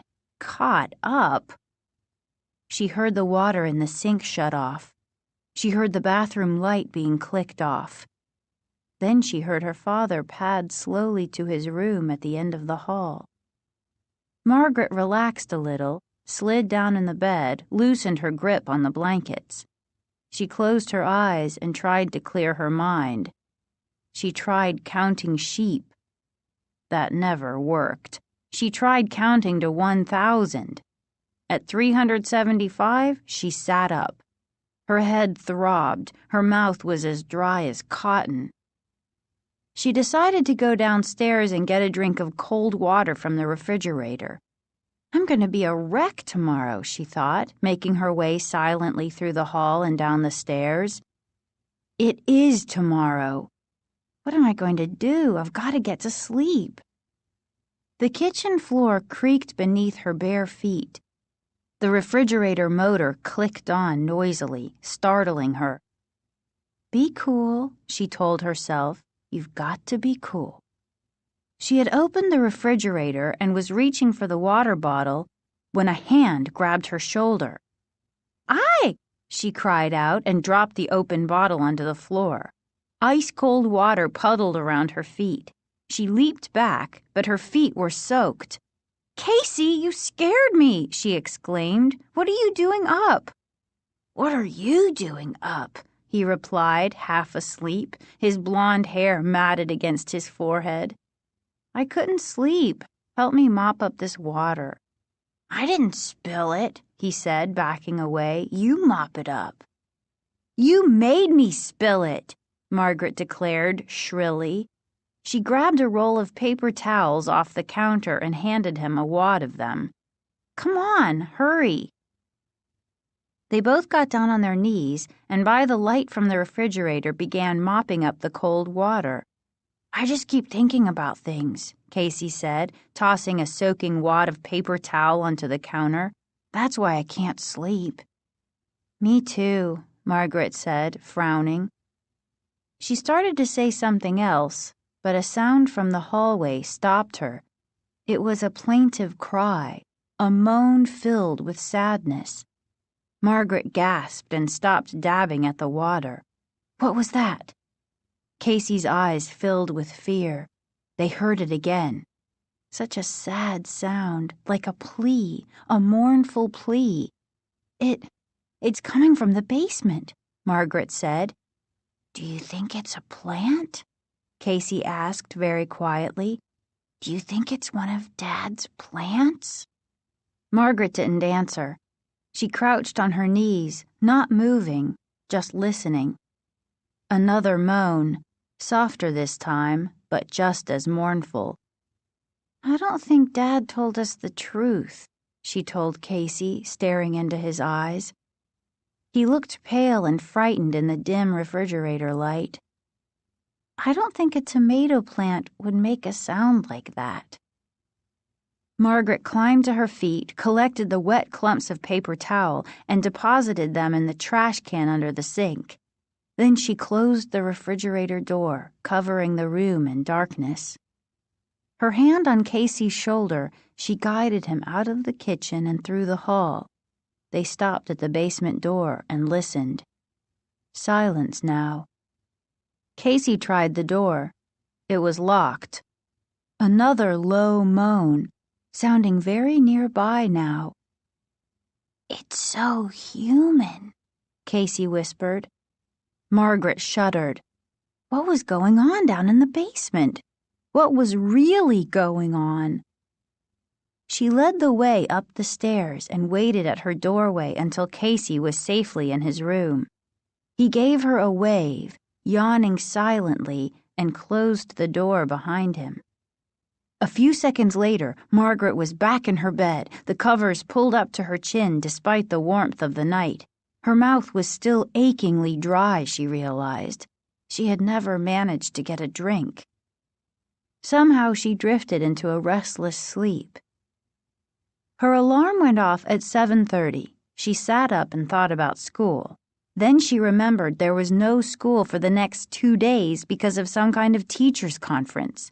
She turned off the clock radio, slumped back onto her pillow, and tried to go back to sleep. But she was awake now, thoughts of the night before pouring back into her mind, flooding her with the fear she had felt just a few hours earlier. She stood up and stretched and decided to go talk to her father, to confront him first thing, to ask all the questions she wanted to ask. If I don't, he'll disappear down to the basement, and I'll sit around thinking these frightening thoughts all day, she told herself. I don't want to be terrified of my own father. I don't. She pulled a light cotton robe over her pajamas, found her slippers in the cluttered closet, and stepped out into the hallway. It was hot and stuffy in the hall, almost suffocating. Pale morning light filtered down from the skylight overhead. She stopped in front of Casey's room, wondering if she should wake him so that he could ask their father questions too. No, she decided, the poor guy was up half the night. I'll let him sleep. Taking a deep breath, she walked the rest of the hall and stopped at her parents' bedroom. The door was open. Dad? No reply. Dad, are you up? She stepped into the room. Dad? He didn't seem to be there. The air in here was heavy and smelled strangely sour. The curtains were drawn. The bedclothes were rumpled and tossed down at the foot of the bed. Margaret took a few more steps toward the bed. Dad? No. She had missed him. He was probably already locked in his basement workroom, she realized unhappily.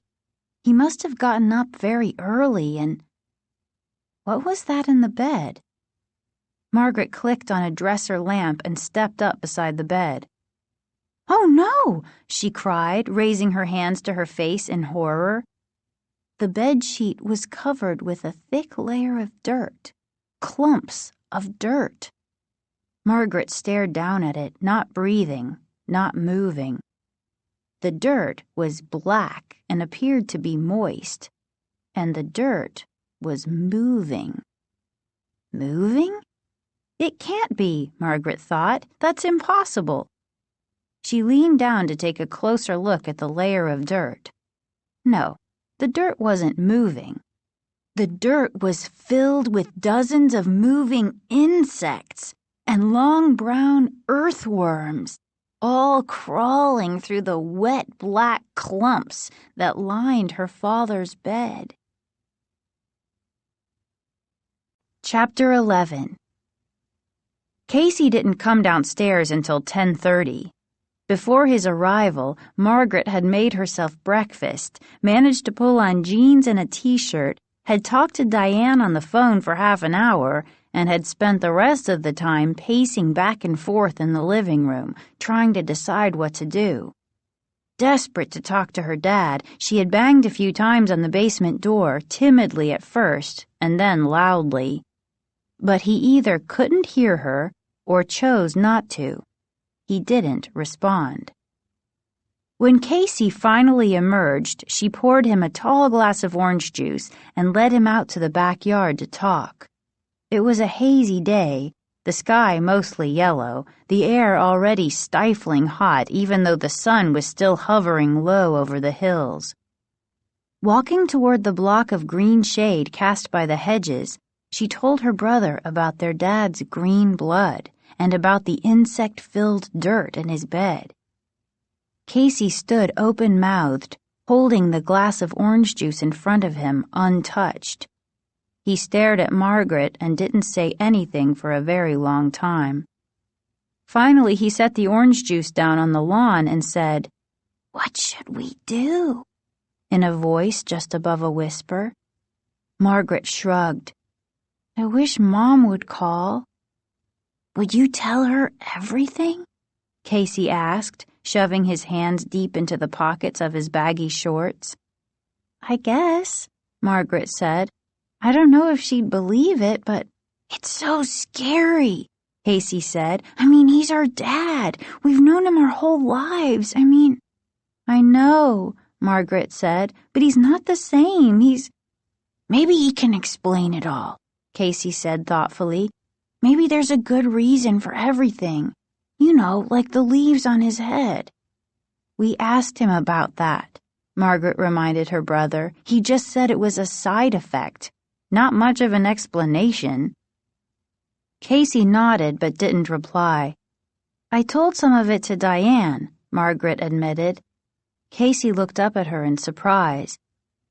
"Well, I had to tell somebody," she snapped edgily. "Diane thought I should call the police." "Huh?" Casey shook his head. "Dad hasn't done anything wrong, has he? What would the police do?" "I know," Margaret replied. "That's what I told Diane. But she said there's gotta be some kind of law against being a mad scientist." "Dad isn't a mad scientist," Casey said angrily. "That's stupid. He's just... Just what? Margaret thought. What is he? A few hours later, they were still in the backyard, trying to figure out what to do, when the kitchen door opened and their father called them to come in. Margaret looked at Casey in surprise. "I don't believe it. He came upstairs." "Maybe we can talk to him," Casey said. They both raced into the kitchen. Dr. Brewer, his Dodgers cap in place, flashed them a smile as he set 2 soup bowls down on the table. "Hi," he said brightly. "Lunchtime." "Huh? You made lunch?" Casey exclaimed, unable to conceal his astonishment. "Dad, we've got to talk," Margaret said seriously. "Afraid I don't have much time," he said, avoiding her stare. "Sit down. Try this new dish. I want to see if you like it." Margaret and Casey obediently took their places at the table. "What is this stuff?" Casey cried. The 2 bowls were filled with a green, pulpy substance. "It looks like green mashed potatoes," Casey said, making a face. "It's something different," Dr. Brewer said mysteriously, standing over them at the head of the table. "Go ahead, taste it. I bet you'll be surprised." "Dad, you've never made lunch for us before," Margaret said, trying to keep the suspicion out of her voice. "I just wanted you to try this," he said, his smile fading. "You're my guinea pigs." "We have some things we want to ask you," Margaret said, lifting her spoon but not eating the green mess. "Your mother called this morning," their father said. "When?" Margaret asked eagerly. "Just a short while ago. I guess you were outside and didn't hear the phone ring." "What did she say?" Casey asked, staring down at the bowl in front of him. "Aunt Eleanor's doing better. She's been moved out of intensive care. Your mom may be able to come home soon." "Great!" Margaret and Casey cried in unison. "Eat," Dr. Brewer instructed, pointing to the bowls. Aren't you going to have some?" Casey asked, rolling his spoon around in his fingers. "No," their father replied quickly. "I already ate." He leaned with both hands against the tabletop. Margaret saw that his cut hand was freshly bandaged. "Dad, last night," she started, but he cut her off. "Eat, will you? Try it." "But what is it?" Casey demanded, whining. "It doesn't smell too good." I think you'll like the taste, Dr. Brewer insisted impatiently. It should taste very sweet. He stared at them, urging them to eat the green stuff. Staring into the bowl at the mysterious substance, Margaret was suddenly frozen with fear. He's too eager for us to eat this, she thought, glancing up at her brother. He's too desperate. He's never made lunch before. Why did he make this? And why won't he tell us what it is? What's going on here? She wondered. And Casey's expression revealed that he was wondering the same thing. Is Dad trying to do something to us? Is this green stuff going to change us or hurt us? Or make us grow leaves too? What crazy thoughts, Margaret realized. But she also realized that she was terrified of whatever this stuff was he was trying to feed them. What's the matter with you two? Their father cried impatiently. He raised his hand in an eating gesture. Pick up your spoons. Come on. What are you waiting for? Margaret and Casey raised their spoons and dropped them into the soft green substance. But they didn't raise the spoons to their mouths. They couldn't. Eat! Eat! Dr. Brewer screamed, pounding the table with his good hand. What are you waiting for? Eat your lunch. Go ahead, eat it. He's giving us no choice, Margaret thought. Her hand was trembling as she reluctantly raised the spoon to her mouth. Chapter 12. Go ahead, you'll like it, Dr. Brewer insisted, leaning over the table. Casey watched as Margaret raised the spoon to her lips. The doorbell rang. Who could that be? Dr. Brewer asked, very annoyed at the interruption. I'll be right back, kids. He lumbered out to the front hall. Saved by the bell, Margaret said, dropping the spoon back into the bowl with a sickening plop. This stuff is disgusting, Casey whispered. It's some kind of plant food or something. Yuck. Quick, Margaret said, jumping up and grabbing the two bowls. Help me. They rushed to the sink, pulled out the wastebasket, and scooped the contents of both bowls into the garbage. Then they carried the bowls back to the table and set them down beside the spoons. Let's go see who's at the door, Casey said. They crept into the hall in time to see a man carrying a black briefcase step into the front entranceway and greet their father with a short handshake. The man had a tanned, bald head and was wearing large blue-lensed sunglasses. He had a brown mustache and was wearing a navy blue suit with a red and white striped tie. Mr. Martinez, their father exclaimed. What a surprise! That's Dad's old boss from Polytech, Margaret whispered to Casey. I know, Casey replied peevishly. I said weeks ago I'd come check up on how your work is coming along, Martinez said, sniffing the air for some reason. Wellington gave me a lift. My car's in the garage for a change. Well, I'm not really ready, Dr. Brewer stammered, looking very uncomfortable even from Margaret's vantage point behind him. I wasn't expecting anyone. I don't think this is a good time. No problem. I'll just have a quick look, Martinez said, putting a hand on Dr. Brewer's shoulder as if to calm him. I've always been so interested in your work. You know that. And you know that it wasn't my idea to let you go. The board forced me. They gave me no choice. But I'm not giving up on you, I promise you that. Come on, let's see what kind of progress you're making. Well... Dr. Brewer couldn't hide his displeasure at Mr. Martinez's surprise appearance. He scowled and tried to block the path to the basement steps. At least it seemed that way to Margaret, who watched silently beside her brother. Mr. Martinez stepped past Dr. Brewer and pulled open the basement door. Hi, guys. Mr. Martinez gave the two kids a wave, hoisting his briefcase as if it weighed 2 tons. Their father looked surprised to see them there. "Did you kids finish your lunch?" "Yeah, it was pretty good," Casey lied. The answer seemed to please Dr. Brewer. Adjusting the brim of his Dodgers cap, he followed Mr. Martinez into the basement, carefully closing and locking the door behind him.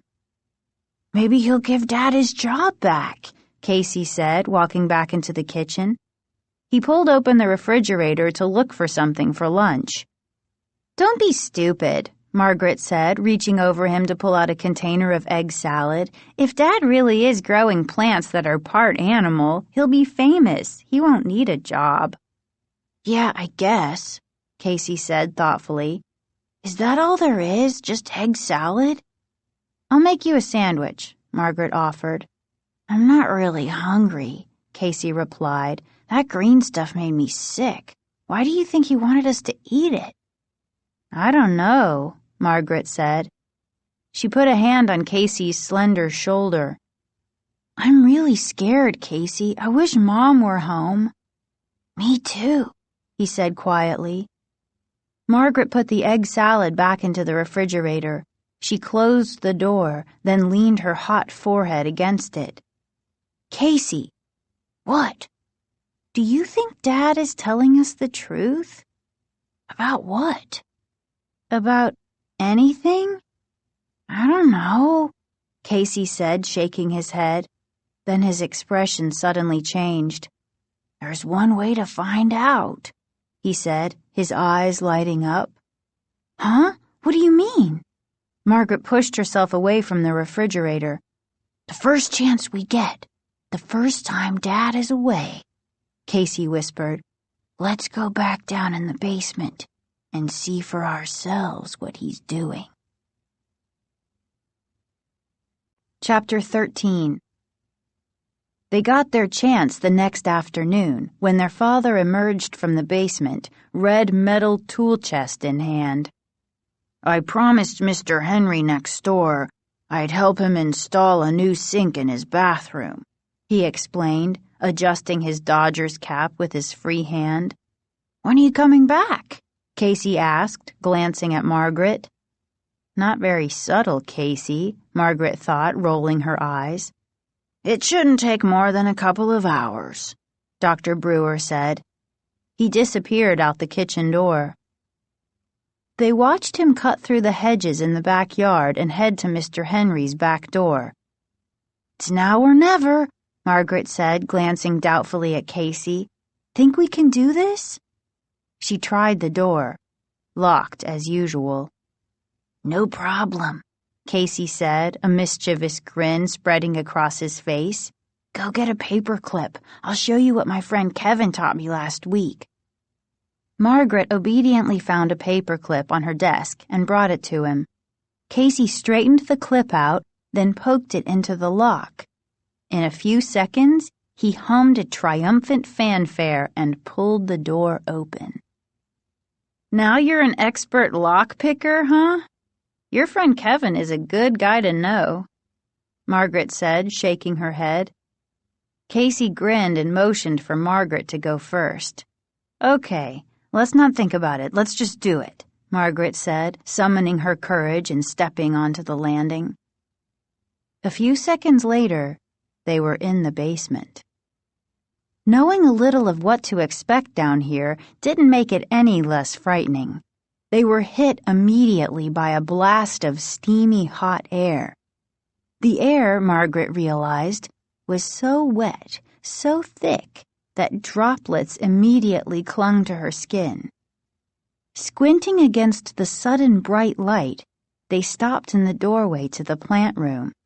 The plants seemed taller, thicker, more plentiful than the first time they had ventured down here. Long, sinewy tendrils drooped from thick yellow stalks. Broad green and yellow leaves bobbed and trembled, shimmering under the white light. Leaves slapped against each other, making a soft, wet sound. A fat tomato plopped to the ground. Everything seemed to shimmer. The plants all seemed to quiver expectantly. They weren't standing still. They seemed to be reaching up, reaching out, quaking with energy as they grew. Long brown tendrils snaked along the dirt, wrapping themselves around other plants, around each other. A bushy fern had grown to the ceiling, curved, and started its way back down again. "Wow!" Casey cried, impressed with this trembling, glistening jungle. "Are all these plants really brand new?" "I guess so," Margaret said softly. "They look prehistoric." They heard breathing sounds, loud sighing, a low moan coming from the direction of the supply closet against the wall. A tendril suddenly swung out from a long stalk. Margaret pulled Casey back. "Look out! Don't get too close," she warned. "I know," he said sharply, moving away from her. "Don't grab me like that. You scared me." The tendril slid harmlessly to the dirt. "Sorry," she said, squeezing his shoulder affectionately. "It's just, well, you remember last time." "I'll be careful," he said. Margaret shuddered. She heard breathing, steady, quiet breathing. These plants are definitely not normal, she thought. She took a step back, letting her eyes roam over the amazing jungle of slithering, sighing plants. She was still staring at them when she heard Casey's terrified scream. "Help! It's got me! It's got me!" Chapter 14. Margaret uttered a shriek of terror and spun away from the plants to find her brother. "Help!" Casey cried. Gripped with fear, Margaret took a few steps toward Casey, then saw the small gray creature scampering across the floor. She started to laugh. "Casey, it's a squirrel." "What?" His voice was several octaves higher than normal. It grabbed my ankle and—" "Look," Margaret said, pointing. "It's a squirrel. Look how scared it is. It must have run right into you." "Oh," Casey sighed. The color began to return to his ash-gray face. "I thought it was a plant." "Right, a furry gray plant," Margaret said, shaking her head. Her heart was still thudding in her chest. "You sure gave me a scare, Casey." The squirrel stopped several yards away, turned, stood up on its hind legs, and stared back at them, quivering all over. "How did a squirrel get down here?" Casey demanded, his voice still shaky. Margaret shrugged. "Squirrels are always getting in," she said, "and remember that chipmunk we couldn't get rid of?" Then she glanced over to the small ground-level window at the top of the opposite wall. "That window, it's open," she told Casey. "The squirrel must have climbed in over there." "Shoo!" Casey yelled at the squirrel. He started to chase it. The squirrel's tail shot right up in the air, and then it took off, running through the tangled plants. "Get out! Get out!" Casey screamed. The terrified squirrel, with Casey in close pursuit, circled the plants twice. Then it headed to the far wall, leaped onto a carton, then onto a higher carton, then bounded out the open window. Casey stopped running and stared up at the window. "Good work," Margaret said. "Now let's get out of here. We don't know what anything is. We have no idea what to look for, so we can't tell if Dad is telling the truth or not." She started toward the stairs, but stopped when she heard the bumping sound. "Casey, did you hear that?" She searched for her brother, but he was hidden by the thick leaves of the plants. "Casey?" "Yeah, I heard it," he answered, still out of her view. "It's coming from the supply closet." The loud thumping made Margaret shudder. It sounded to her exactly like someone banging on the closet wall. "Casey, let's check it out," she said. No reply. The banging got louder. "Casey?" Why wasn't he answering her? "Casey, where are you? You're frightening me," Margaret called, moving closer to the shimmering plants. Another tomato plopped to the ground, so near her foot it made her jump. Despite the intense heat, she suddenly felt cold all over. "Casey!" "Margaret, come here. I found something," he finally said. He sounded uncertain, worried. She hurried around the plants and saw him standing in front of the work table beside the supply closet. The banging from the closet had stopped. "Casey, what's the matter? You scared me," Margaret scolded. She stopped and leaned against the wooden work table. "Look," her brother said, holding up a dark folded-up bundle. "I found this, on the floor, shoved under this work table." "Huh? What is it?" Margaret asked. Casey unfolded it. It was a suit jacket, a blue suit jacket. A red and white striped necktie was folded inside it. "It's Mr. Martinez's," Casey said, squeezing the collar of the wrinkled jacket between his hands. "It's his jacket and tie." Margaret's mouth dropped open into a wide O of surprise. "You mean he left it here?" "If he left it, why was it bundled up and shoved back under the table?" Casey asked. Margaret stared at the jacket. She ran her hand over the silky striped tie. "Did you see Mr. Martinez leave the house yesterday afternoon?" Casey asked. "No," Margaret answered, "but he must have left. I mean, his car was gone." "He didn't drive, remember? He told Dad he got a lift." Margaret raised her eyes from the wrinkled jacket to her brother's worried face. "Casey, what are you saying? That Mr. Martinez didn't leave? That he was eaten by a plant or something? That's ridiculous." "Then why were his coat and tie hidden like that?" Casey demanded. Margaret didn't have a chance to respond. They both gasped as they heard loud footsteps on the stairs. Someone was hurrying down to the basement. "Hide!" Margaret whispered. "Where?" Casey asked, his eyes wide with panic. Chapter 15. Margaret leaped up onto the carton, then pulled herself through the small open window. A tight squeeze, but she struggled out onto the grass. Then she turned around to help Casey. That squirrel turned out to be a friend, she thought, tugging her brother's arms as he scrambled out of the basement. It showed us the only escape route. The afternoon air felt quite cool compared to the steamy basement. Breathing hard, they both squatted down to peer into the window. "Who is it?" Casey whispered. Margaret didn't have to answer. They both saw their father step into the white light, his eyes searching the plant room. "Why did Dad come back?" Casey asked. "Shh." Margaret held her finger to her lips. Then she climbed to her feet and pulled Casey toward the back door. "Come on, hurry!" The back door was unlocked. They stepped into the kitchen just as their father emerged from the basement, a concerned expression on his face.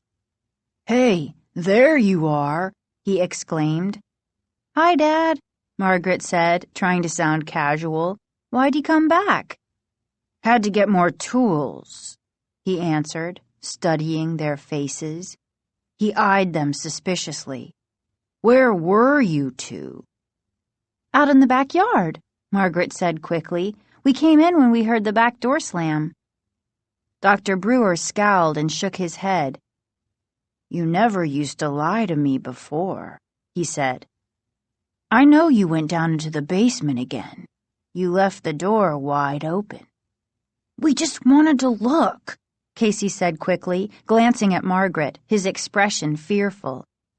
"We found Mr. Martinez's jacket and tie," Margaret said.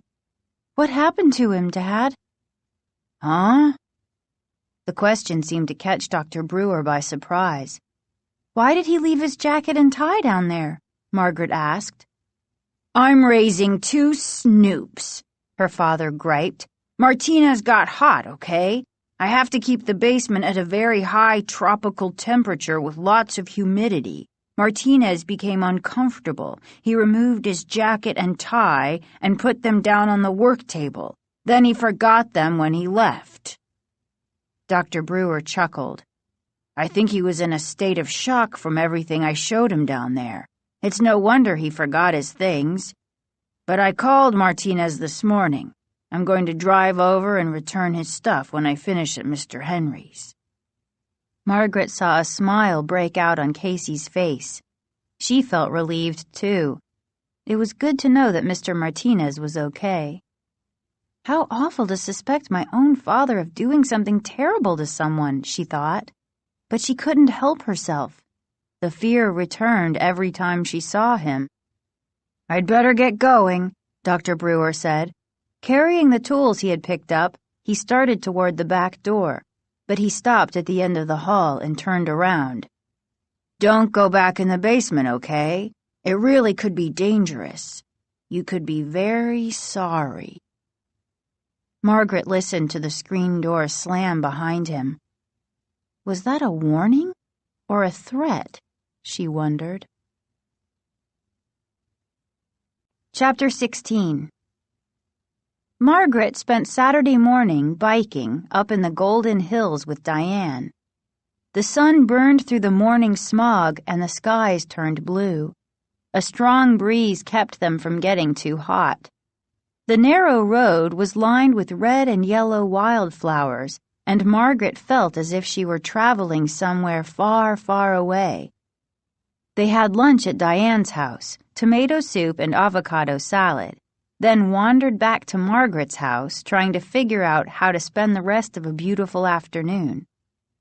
Dr. Brewer was just backing the station wagon down the drive as Margaret and Diane rode up on their bikes. He rolled down the window, a broad smile on his face. "Good news," he shouted. "Your mom is on her way home. I'm going to the airport to get her." "Oh, that's great," Margaret exclaimed, so happy she could almost cry. Margaret and Diane waved and pedaled up the driveway. "I'm so happy," Margaret thought. "It'll be so good to have her back. Someone I can talk to, someone who can explain about Dad." They looked through some old copies of 17 and People in Margaret's room, listening to some music that Margaret had recently bought. At a little past 3, Diane suddenly remembered that she had a make-up piano lesson that she was late for. She rushed out of the house in a panic, jumped on her bike, yelled, "Say hi to your mom for me," and disappeared down the drive. Margaret stood behind the house looking out at the rolling hills, wondering what to do next to make the time pass before her mother got home. The strong, swirling breeze felt cool against her face. She decided to get a book and go sit down with it under the shady sassafras tree in the middle of the yard. She turned and pulled open the kitchen door, and Casey came running up. "Where are our kites?" he asked, out of breath. "Kites? I don't know. Why?" Margaret asked. "Hey!" She grabbed his shoulder to get his attention. "Mom's coming home. She should be here in an hour or so." "Great!" he cried. "Just enough time to fly some kites. It's so windy. Come on. Want to fly 'em with me?" "Sure," Margaret said. It would help pass the time. She thought hard, trying to remember where they put the kites. "Are they in the garage?" "No," Casey told her. "I know. They're in the basement, on those shelves. The string, too." He pushed past her into the house. "I'll jimmy the lock and go down and get them." "Hey, Casey, be careful down there," she called after him. He disappeared into the hallway. Margaret had second thoughts. She didn't want Casey down there in the plant room by himself. "Wait up," she called. "I'll come with you." They made their way down the stairs quickly, into the hot, steamy air, into the bright lights. The plants seemed to bend toward them, to reach out to them as they walked by. Margaret tried to ignore them. Walking right behind Casey, she kept her eyes on the tall metal shelves straight ahead. The shelves were deep and filled with old, unwanted toys, games, and sports equipment, a plastic tent, some old sleeping bags. Casey got there first and started rummaging around on the lower shelves. "I know they're here somewhere," he said.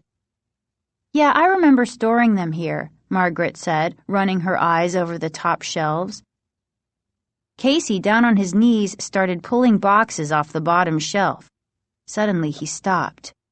"Whoa, Margaret." "Huh?"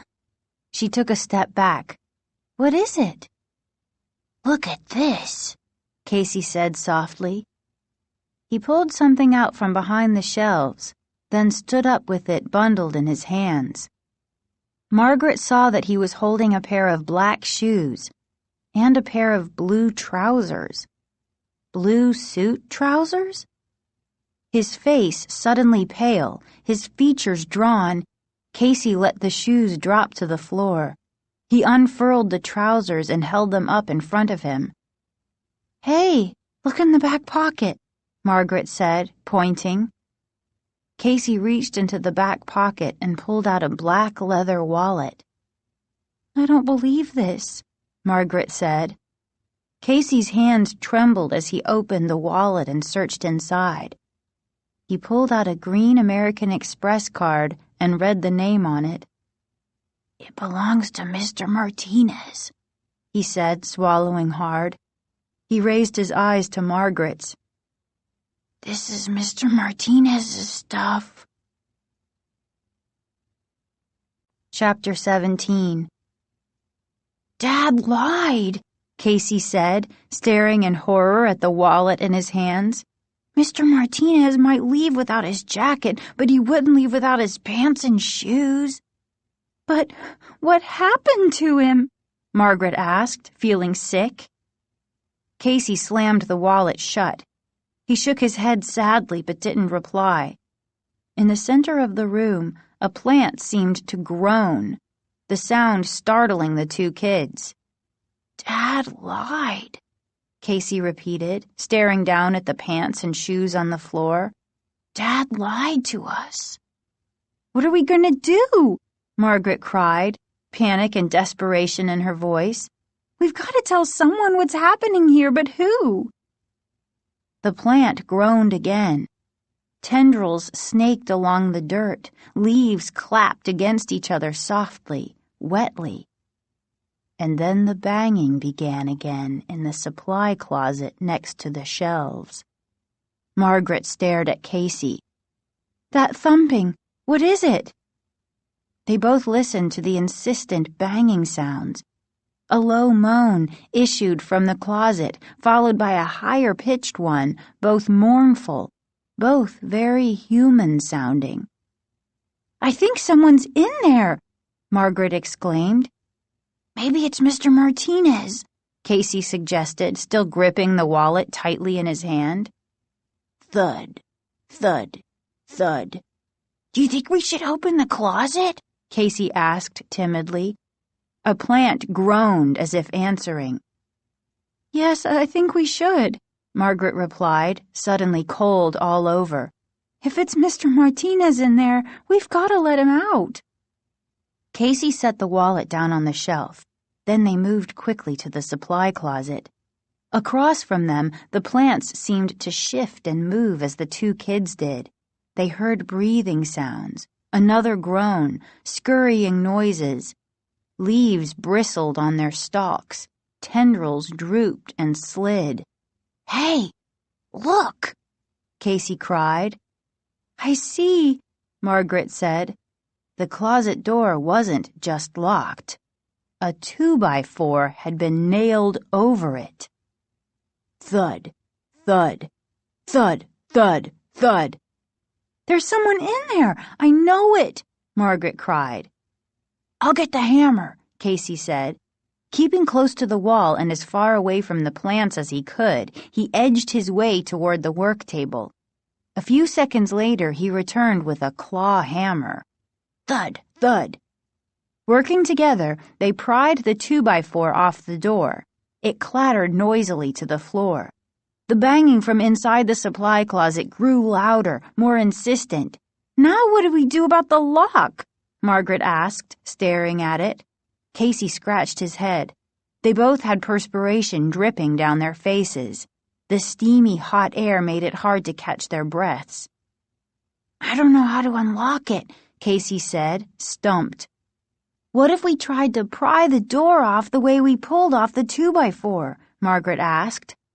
Thud, thud, thud. Casey shrugged. I don't know. Let's try. Working the claw of the hammer into the narrow crack, they tried prying the door on the side of the lock.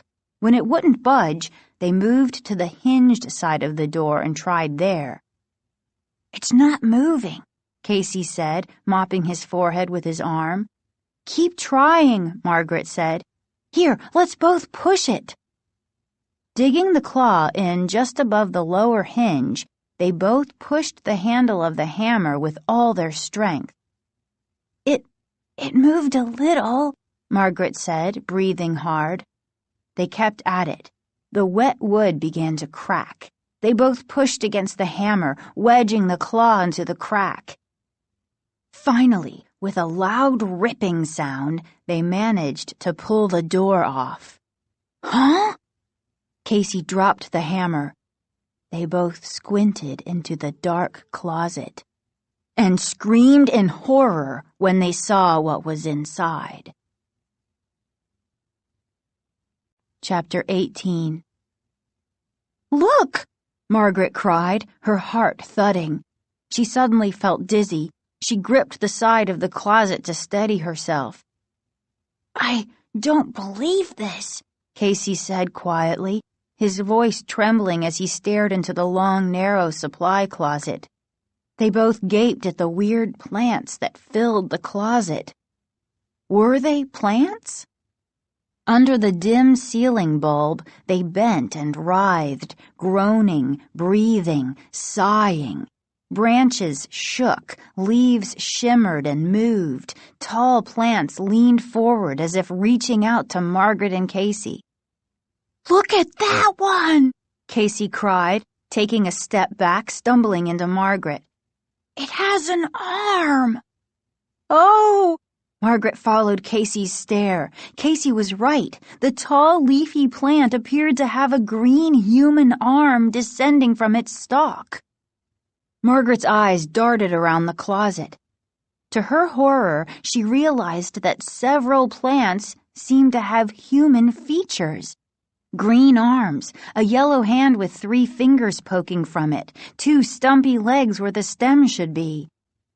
She and her brother both cried out when they saw the plant with the face.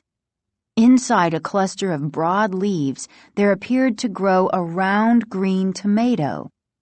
But the tomato had a human-shaped nose and an open mouth, from which it repeatedly uttered the most mournful sighs and groans.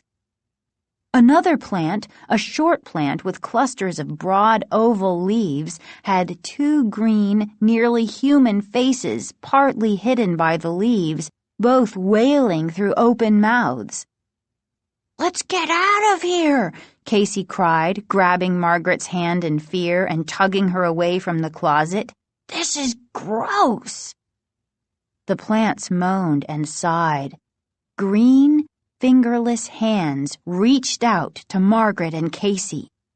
A yellow, sick-looking plant near the wall made choking sounds. A tall, flowering plant staggered toward them, thin, tendril-like arms outstretched. Wait! Margaret cried, pulling her hand out of Casey's. She spotted something on the closet floor behind the moaning, shifting plants. Casey! What's that? She asked, pointing. She struggled to focus her eyes in the dim light of the closet. On the floor behind the plants, near the shelves on the back wall, were 2 human feet. Margaret stepped cautiously into the closet. The feet, she saw, were attached to legs. "Margaret, let's go!" Casey pleaded. "No, look! There's someone back there," Margaret said, staring hard. "Huh?" "A person, not a plant," Margaret said. She took another step. A soft green arm brushed against her side. "Margaret, what are you doing?" Casey asked, his voice high and frightened.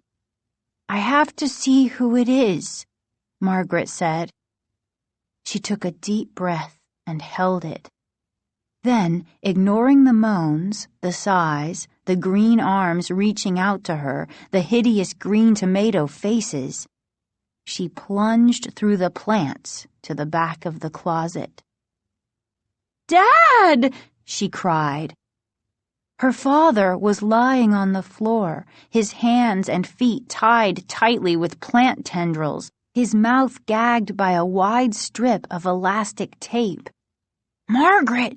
Casey was beside her. He lowered his eyes to the floor. "Oh, no!" Their father stared up at them, pleading with his eyes. "Mm-hmm," he cried, struggling to talk through the gag. Margaret dived to the floor and started to untie him. "No, stop!" Casey cried and pulled her back by the shoulders. "Casey, let go of me! What's wrong with you?" Margaret cried angrily. "It's Dad! It can't be Dad!" Casey said, still holding her by the shoulders. "Dad is at the airport, remember?" Behind them, the plants seemed to be moaning in unison, a terrifying chorus. A tall plant fell over and rolled toward the open closet door.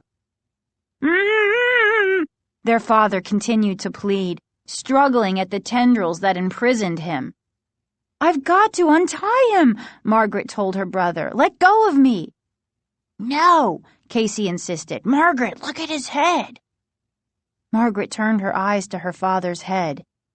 He was bareheaded, no Dodger's cap. He had tufts of green leaves growing where his hair should be. "We've already seen that," Margaret snapped. "It's a side effect, remember?" She reached down to pull at her father's restraints. "No, don't," Casey insisted.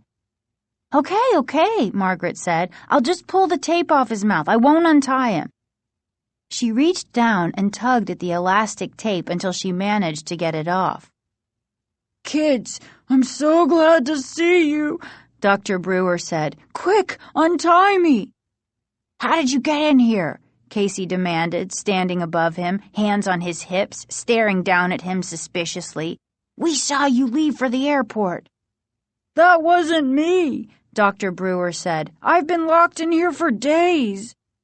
"Huh?" Casey cried. "But we saw you," Margaret started. "It wasn't me. It's a plant," Dr. Brewer said. "It's a plant copy of me." "Dad?" Casey said. "Please, there's no time to explain," their father said urgently, raising his leaf-covered head to look quickly toward the closet doorway. "Just untie me, quick." "The father we've been living with? He's a plant?" Margaret cried, swallowing hard. "Yes, please, untie me." Margaret reached for the tendrils. "No," Casey insisted. "How do we know you're telling the truth?" "I'll explain everything, I promise," he pleaded. "Hurry, our lives are at stake. Mr. Martinez is in here too." Startled, Margaret turned her eyes to the far wall. Sure enough, Mr. Martinez also lay on the floor, bound and gagged. "Let me out, please," her father cried. Margaret couldn't stand it anymore. "I'm untying him," she told Casey, and bent down to start grappling with the tendrils. Her father sighed gratefully. Casey bent down and reluctantly began working at the tendrils too. Finally, they had loosened them enough so their father could slip out. He climbed to his feet slowly, stretching his arms, moving his legs, bending his knees. "Man, that feels good," he said, giving Margaret and Casey a grim smile. Dad, should we untie Mr. Martinez? Margaret asked. But without warning, Dr. Brewer pushed past the two kids and made his way out of the closet. Dad, whoa, where are you going? Margaret called. You said you'd explain everything, Casey insisted. He and his sister ran through the moaning plants, following their father. I will. Breathing hard, Dr. Brewer strode quickly to the woodpile against the far wall. Margaret and Casey both gasped as he picked up an axe. He spun around to face them, holding the thick axe handle with both hands, his face frozen with determination. He started toward them. Dad, what are you doing? Margaret cried. Chapter 19. Swinging the axe onto his shoulder, Dr. Brewer advanced on Margaret and Casey. He groaned from the effort of raising the heavy tool, his face reddening, his eyes wide, excited. Dad, please! Margaret cried, gripping Casey's shoulder, backing up toward the jungle of plants in the center of the room. What are you doing? She repeated. He's not our real father, Casey cried. I told you we shouldn't untie him. He is our real father, Margaret insisted. I know he is. She turned her eyes to her father, looking for an answer. But he stared back at them, his face filled with confusion and menace, the axe in his hands gleaming under the bright ceiling lights. Dad, answer us, Margaret demanded. Answer us. Before Dr. Brewer could reply, they heard loud, rapid footsteps clumping down the basement steps. All three of them turned to the doorway of the plant room to see an alarmed-looking Dr. Brewer enter. He grabbed the bill of his Dodgers cap as he strode angrily toward the two kids. What are you two doing down here? He cried. You promised me. Here's your mother. Don't you want to... Mrs. Brewer appeared at his side. She started to call out a greeting but stopped, freezing in horror when she saw the confusing scene. No! She screamed, seeing the other Dr. Brewer, the capless Dr. Brewer, holding an axe in front of him with both hands. No! Her face filled with horror. She turned to the Dr. Brewer that had just brought her home. He glared accusingly at Margaret and Casey. What have you done? You let him escape? He's our dad, Margaret said in a tiny little voice she barely recognized. I'm your dad, the Dr. Brewer at the doorway bellowed. Not him. He's not your dad. He's not even human. He's a plant. Margaret and Casey both gasped and drew back in terror. You're the plant, the bare-headed Dr. Brewer accused, raising the axe. He's dangerous, the other Dr. Brewer exclaimed. How could you have let him out? Caught in the middle, Margaret and Casey stared from one father to the other. Who was their real father? Chapter 20. That's not your father, Dr. Brewer with the Dodgers cap cried again, moving into the room. He's a copy, a plant copy, one of my experiments that went wrong. I locked him in the supply closet because he's dangerous. You're the copy, the other Dr. Brewer accused and raised the axe again. Margaret and Casey stood motionless, exchanging terrified glances. Kids, what have you done? Mrs. Brewer cried, her hands pressed against her cheeks, her eyes wide with disbelief. What have we done? Margaret asked her brother in a low voice. Staring wide-eyed from one man to the other, Casey seemed too frightened to reply. I don't know what to do, Casey managed to whisper. What can we do? Margaret wondered silently, realizing that her entire body was trembling. He has to be destroyed, the axe-wielding Dr. Brewer shouted, staring at his look-alike across the room. Beside them, plants quivered and shook, sighing loudly. Tendrils slithered across the dirt. Leaves shimmered and whispered. "Put down the axe. You're not fooling anyone," the other Dr. Brewer said. "You have to be destroyed," Dr. Brewer with no cap repeated, his eyes wild, his face scarlet, moving closer, the axe gleaming as if electrified under the white light. Dad would never act like this, Margaret realized. Casey and I were idiots. We let him out of the closet, and now he's going to kill our real dad and Mom. And then us. What can I do? She wondered, trying to think clearly even though her mind was whirring wildly out of control. What can I do? Uttering a desperate cry of protest, Margaret leaped forward and grabbed the axe from the imposter's hands. He gaped in surprise as she steadied her grip on the handle. It was heavier than she'd imagined.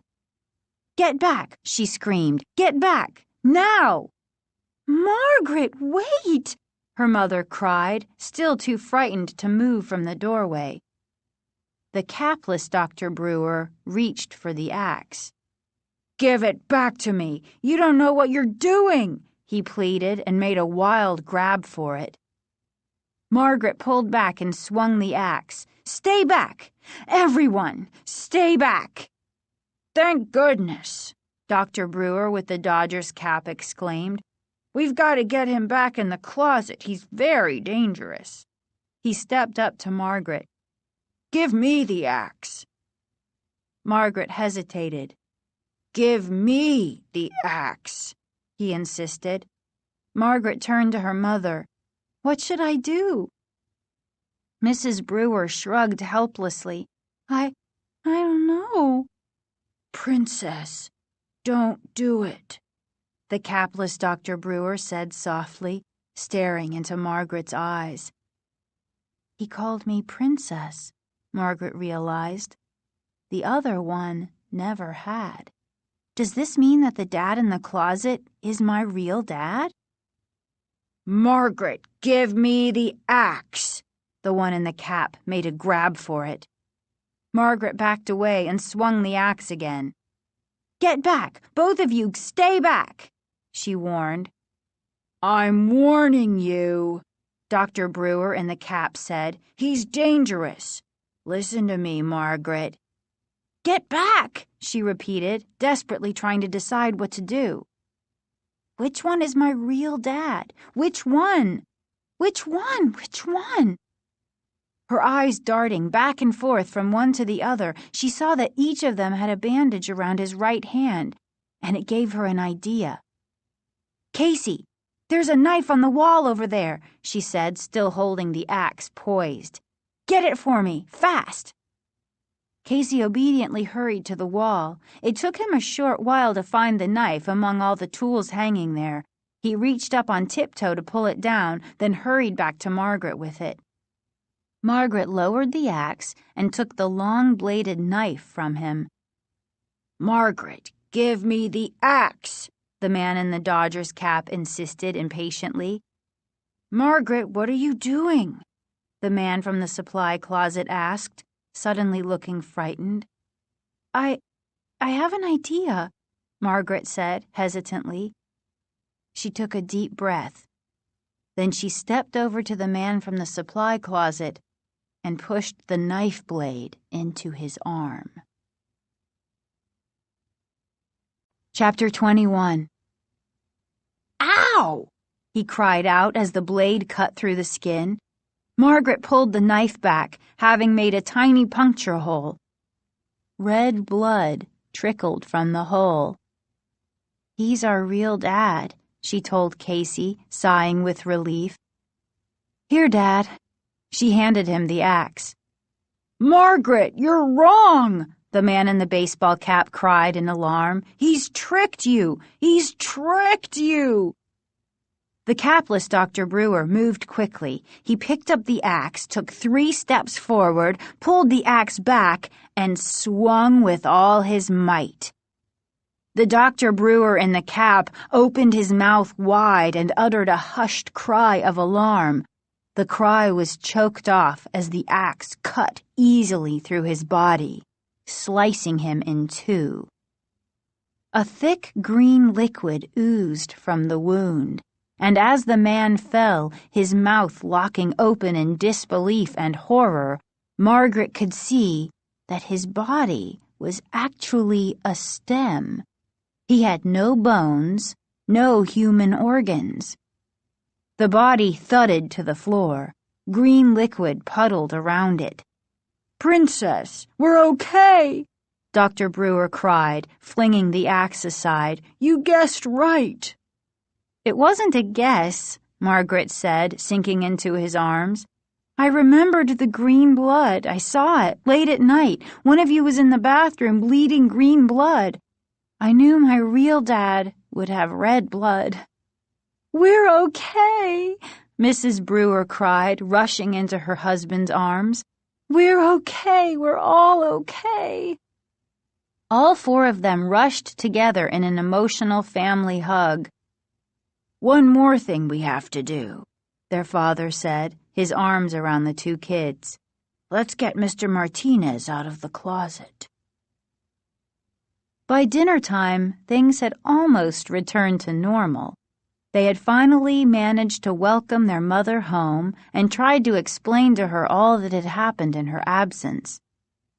Mr. Martinez had been rescued from the supply closet, not too much the worse for wear. He and Dr. Brewer had had a long discussion about what had happened and about Dr. Brewer's work. He expressed total bewilderment as to what Dr. Brewer had accomplished, but he knew enough to realize that it was historic. "Perhaps you need the structured environment the lab on campus offers. I'll talk to the board members about getting you back on staff," Mr. Martinez said. It was his way of inviting their father back to work. After Mr. Martinez was driven home, Dr. Brewer disappeared into the basement for about an hour. He returned grim-faced and exhausted. "I destroyed most of the plants," he explained, sinking into an armchair. "I had to. They were suffering. Later I'll destroy the rest." "Every single plant?" Mrs. Brewer asked. "Well, there are a few normal ones that I can plant out back in the garden," he replied. He shook his head sadly. "Only a few." At dinner, he finally had the strength to explain to Margaret, Casey, and Mrs. Brewer what had happened down in the basement. "I was working on a super plant," he said, "trying to electronically make a new plant using DNA elements from other plants. Then I accidentally cut my hand on a slide. I didn't realize it, but some of my blood got mixed in with the plant molecules I was using. When I turned on the machine, my molecules got mixed in with plant molecules, and I ended up with something that was part human, part plant." "That's gross," Casey exclaimed, dropping a fork full of mashed potatoes. "Well, I'm a scientist," Dr. Brewer replied. "So I didn't think it was gross. I thought it was pretty exciting. I mean, here I was, inventing an entirely new kind of creature." "Those plants with faces?" Margaret started. Her father nodded. "Yes, those were things I made by inserting human materials into plant materials.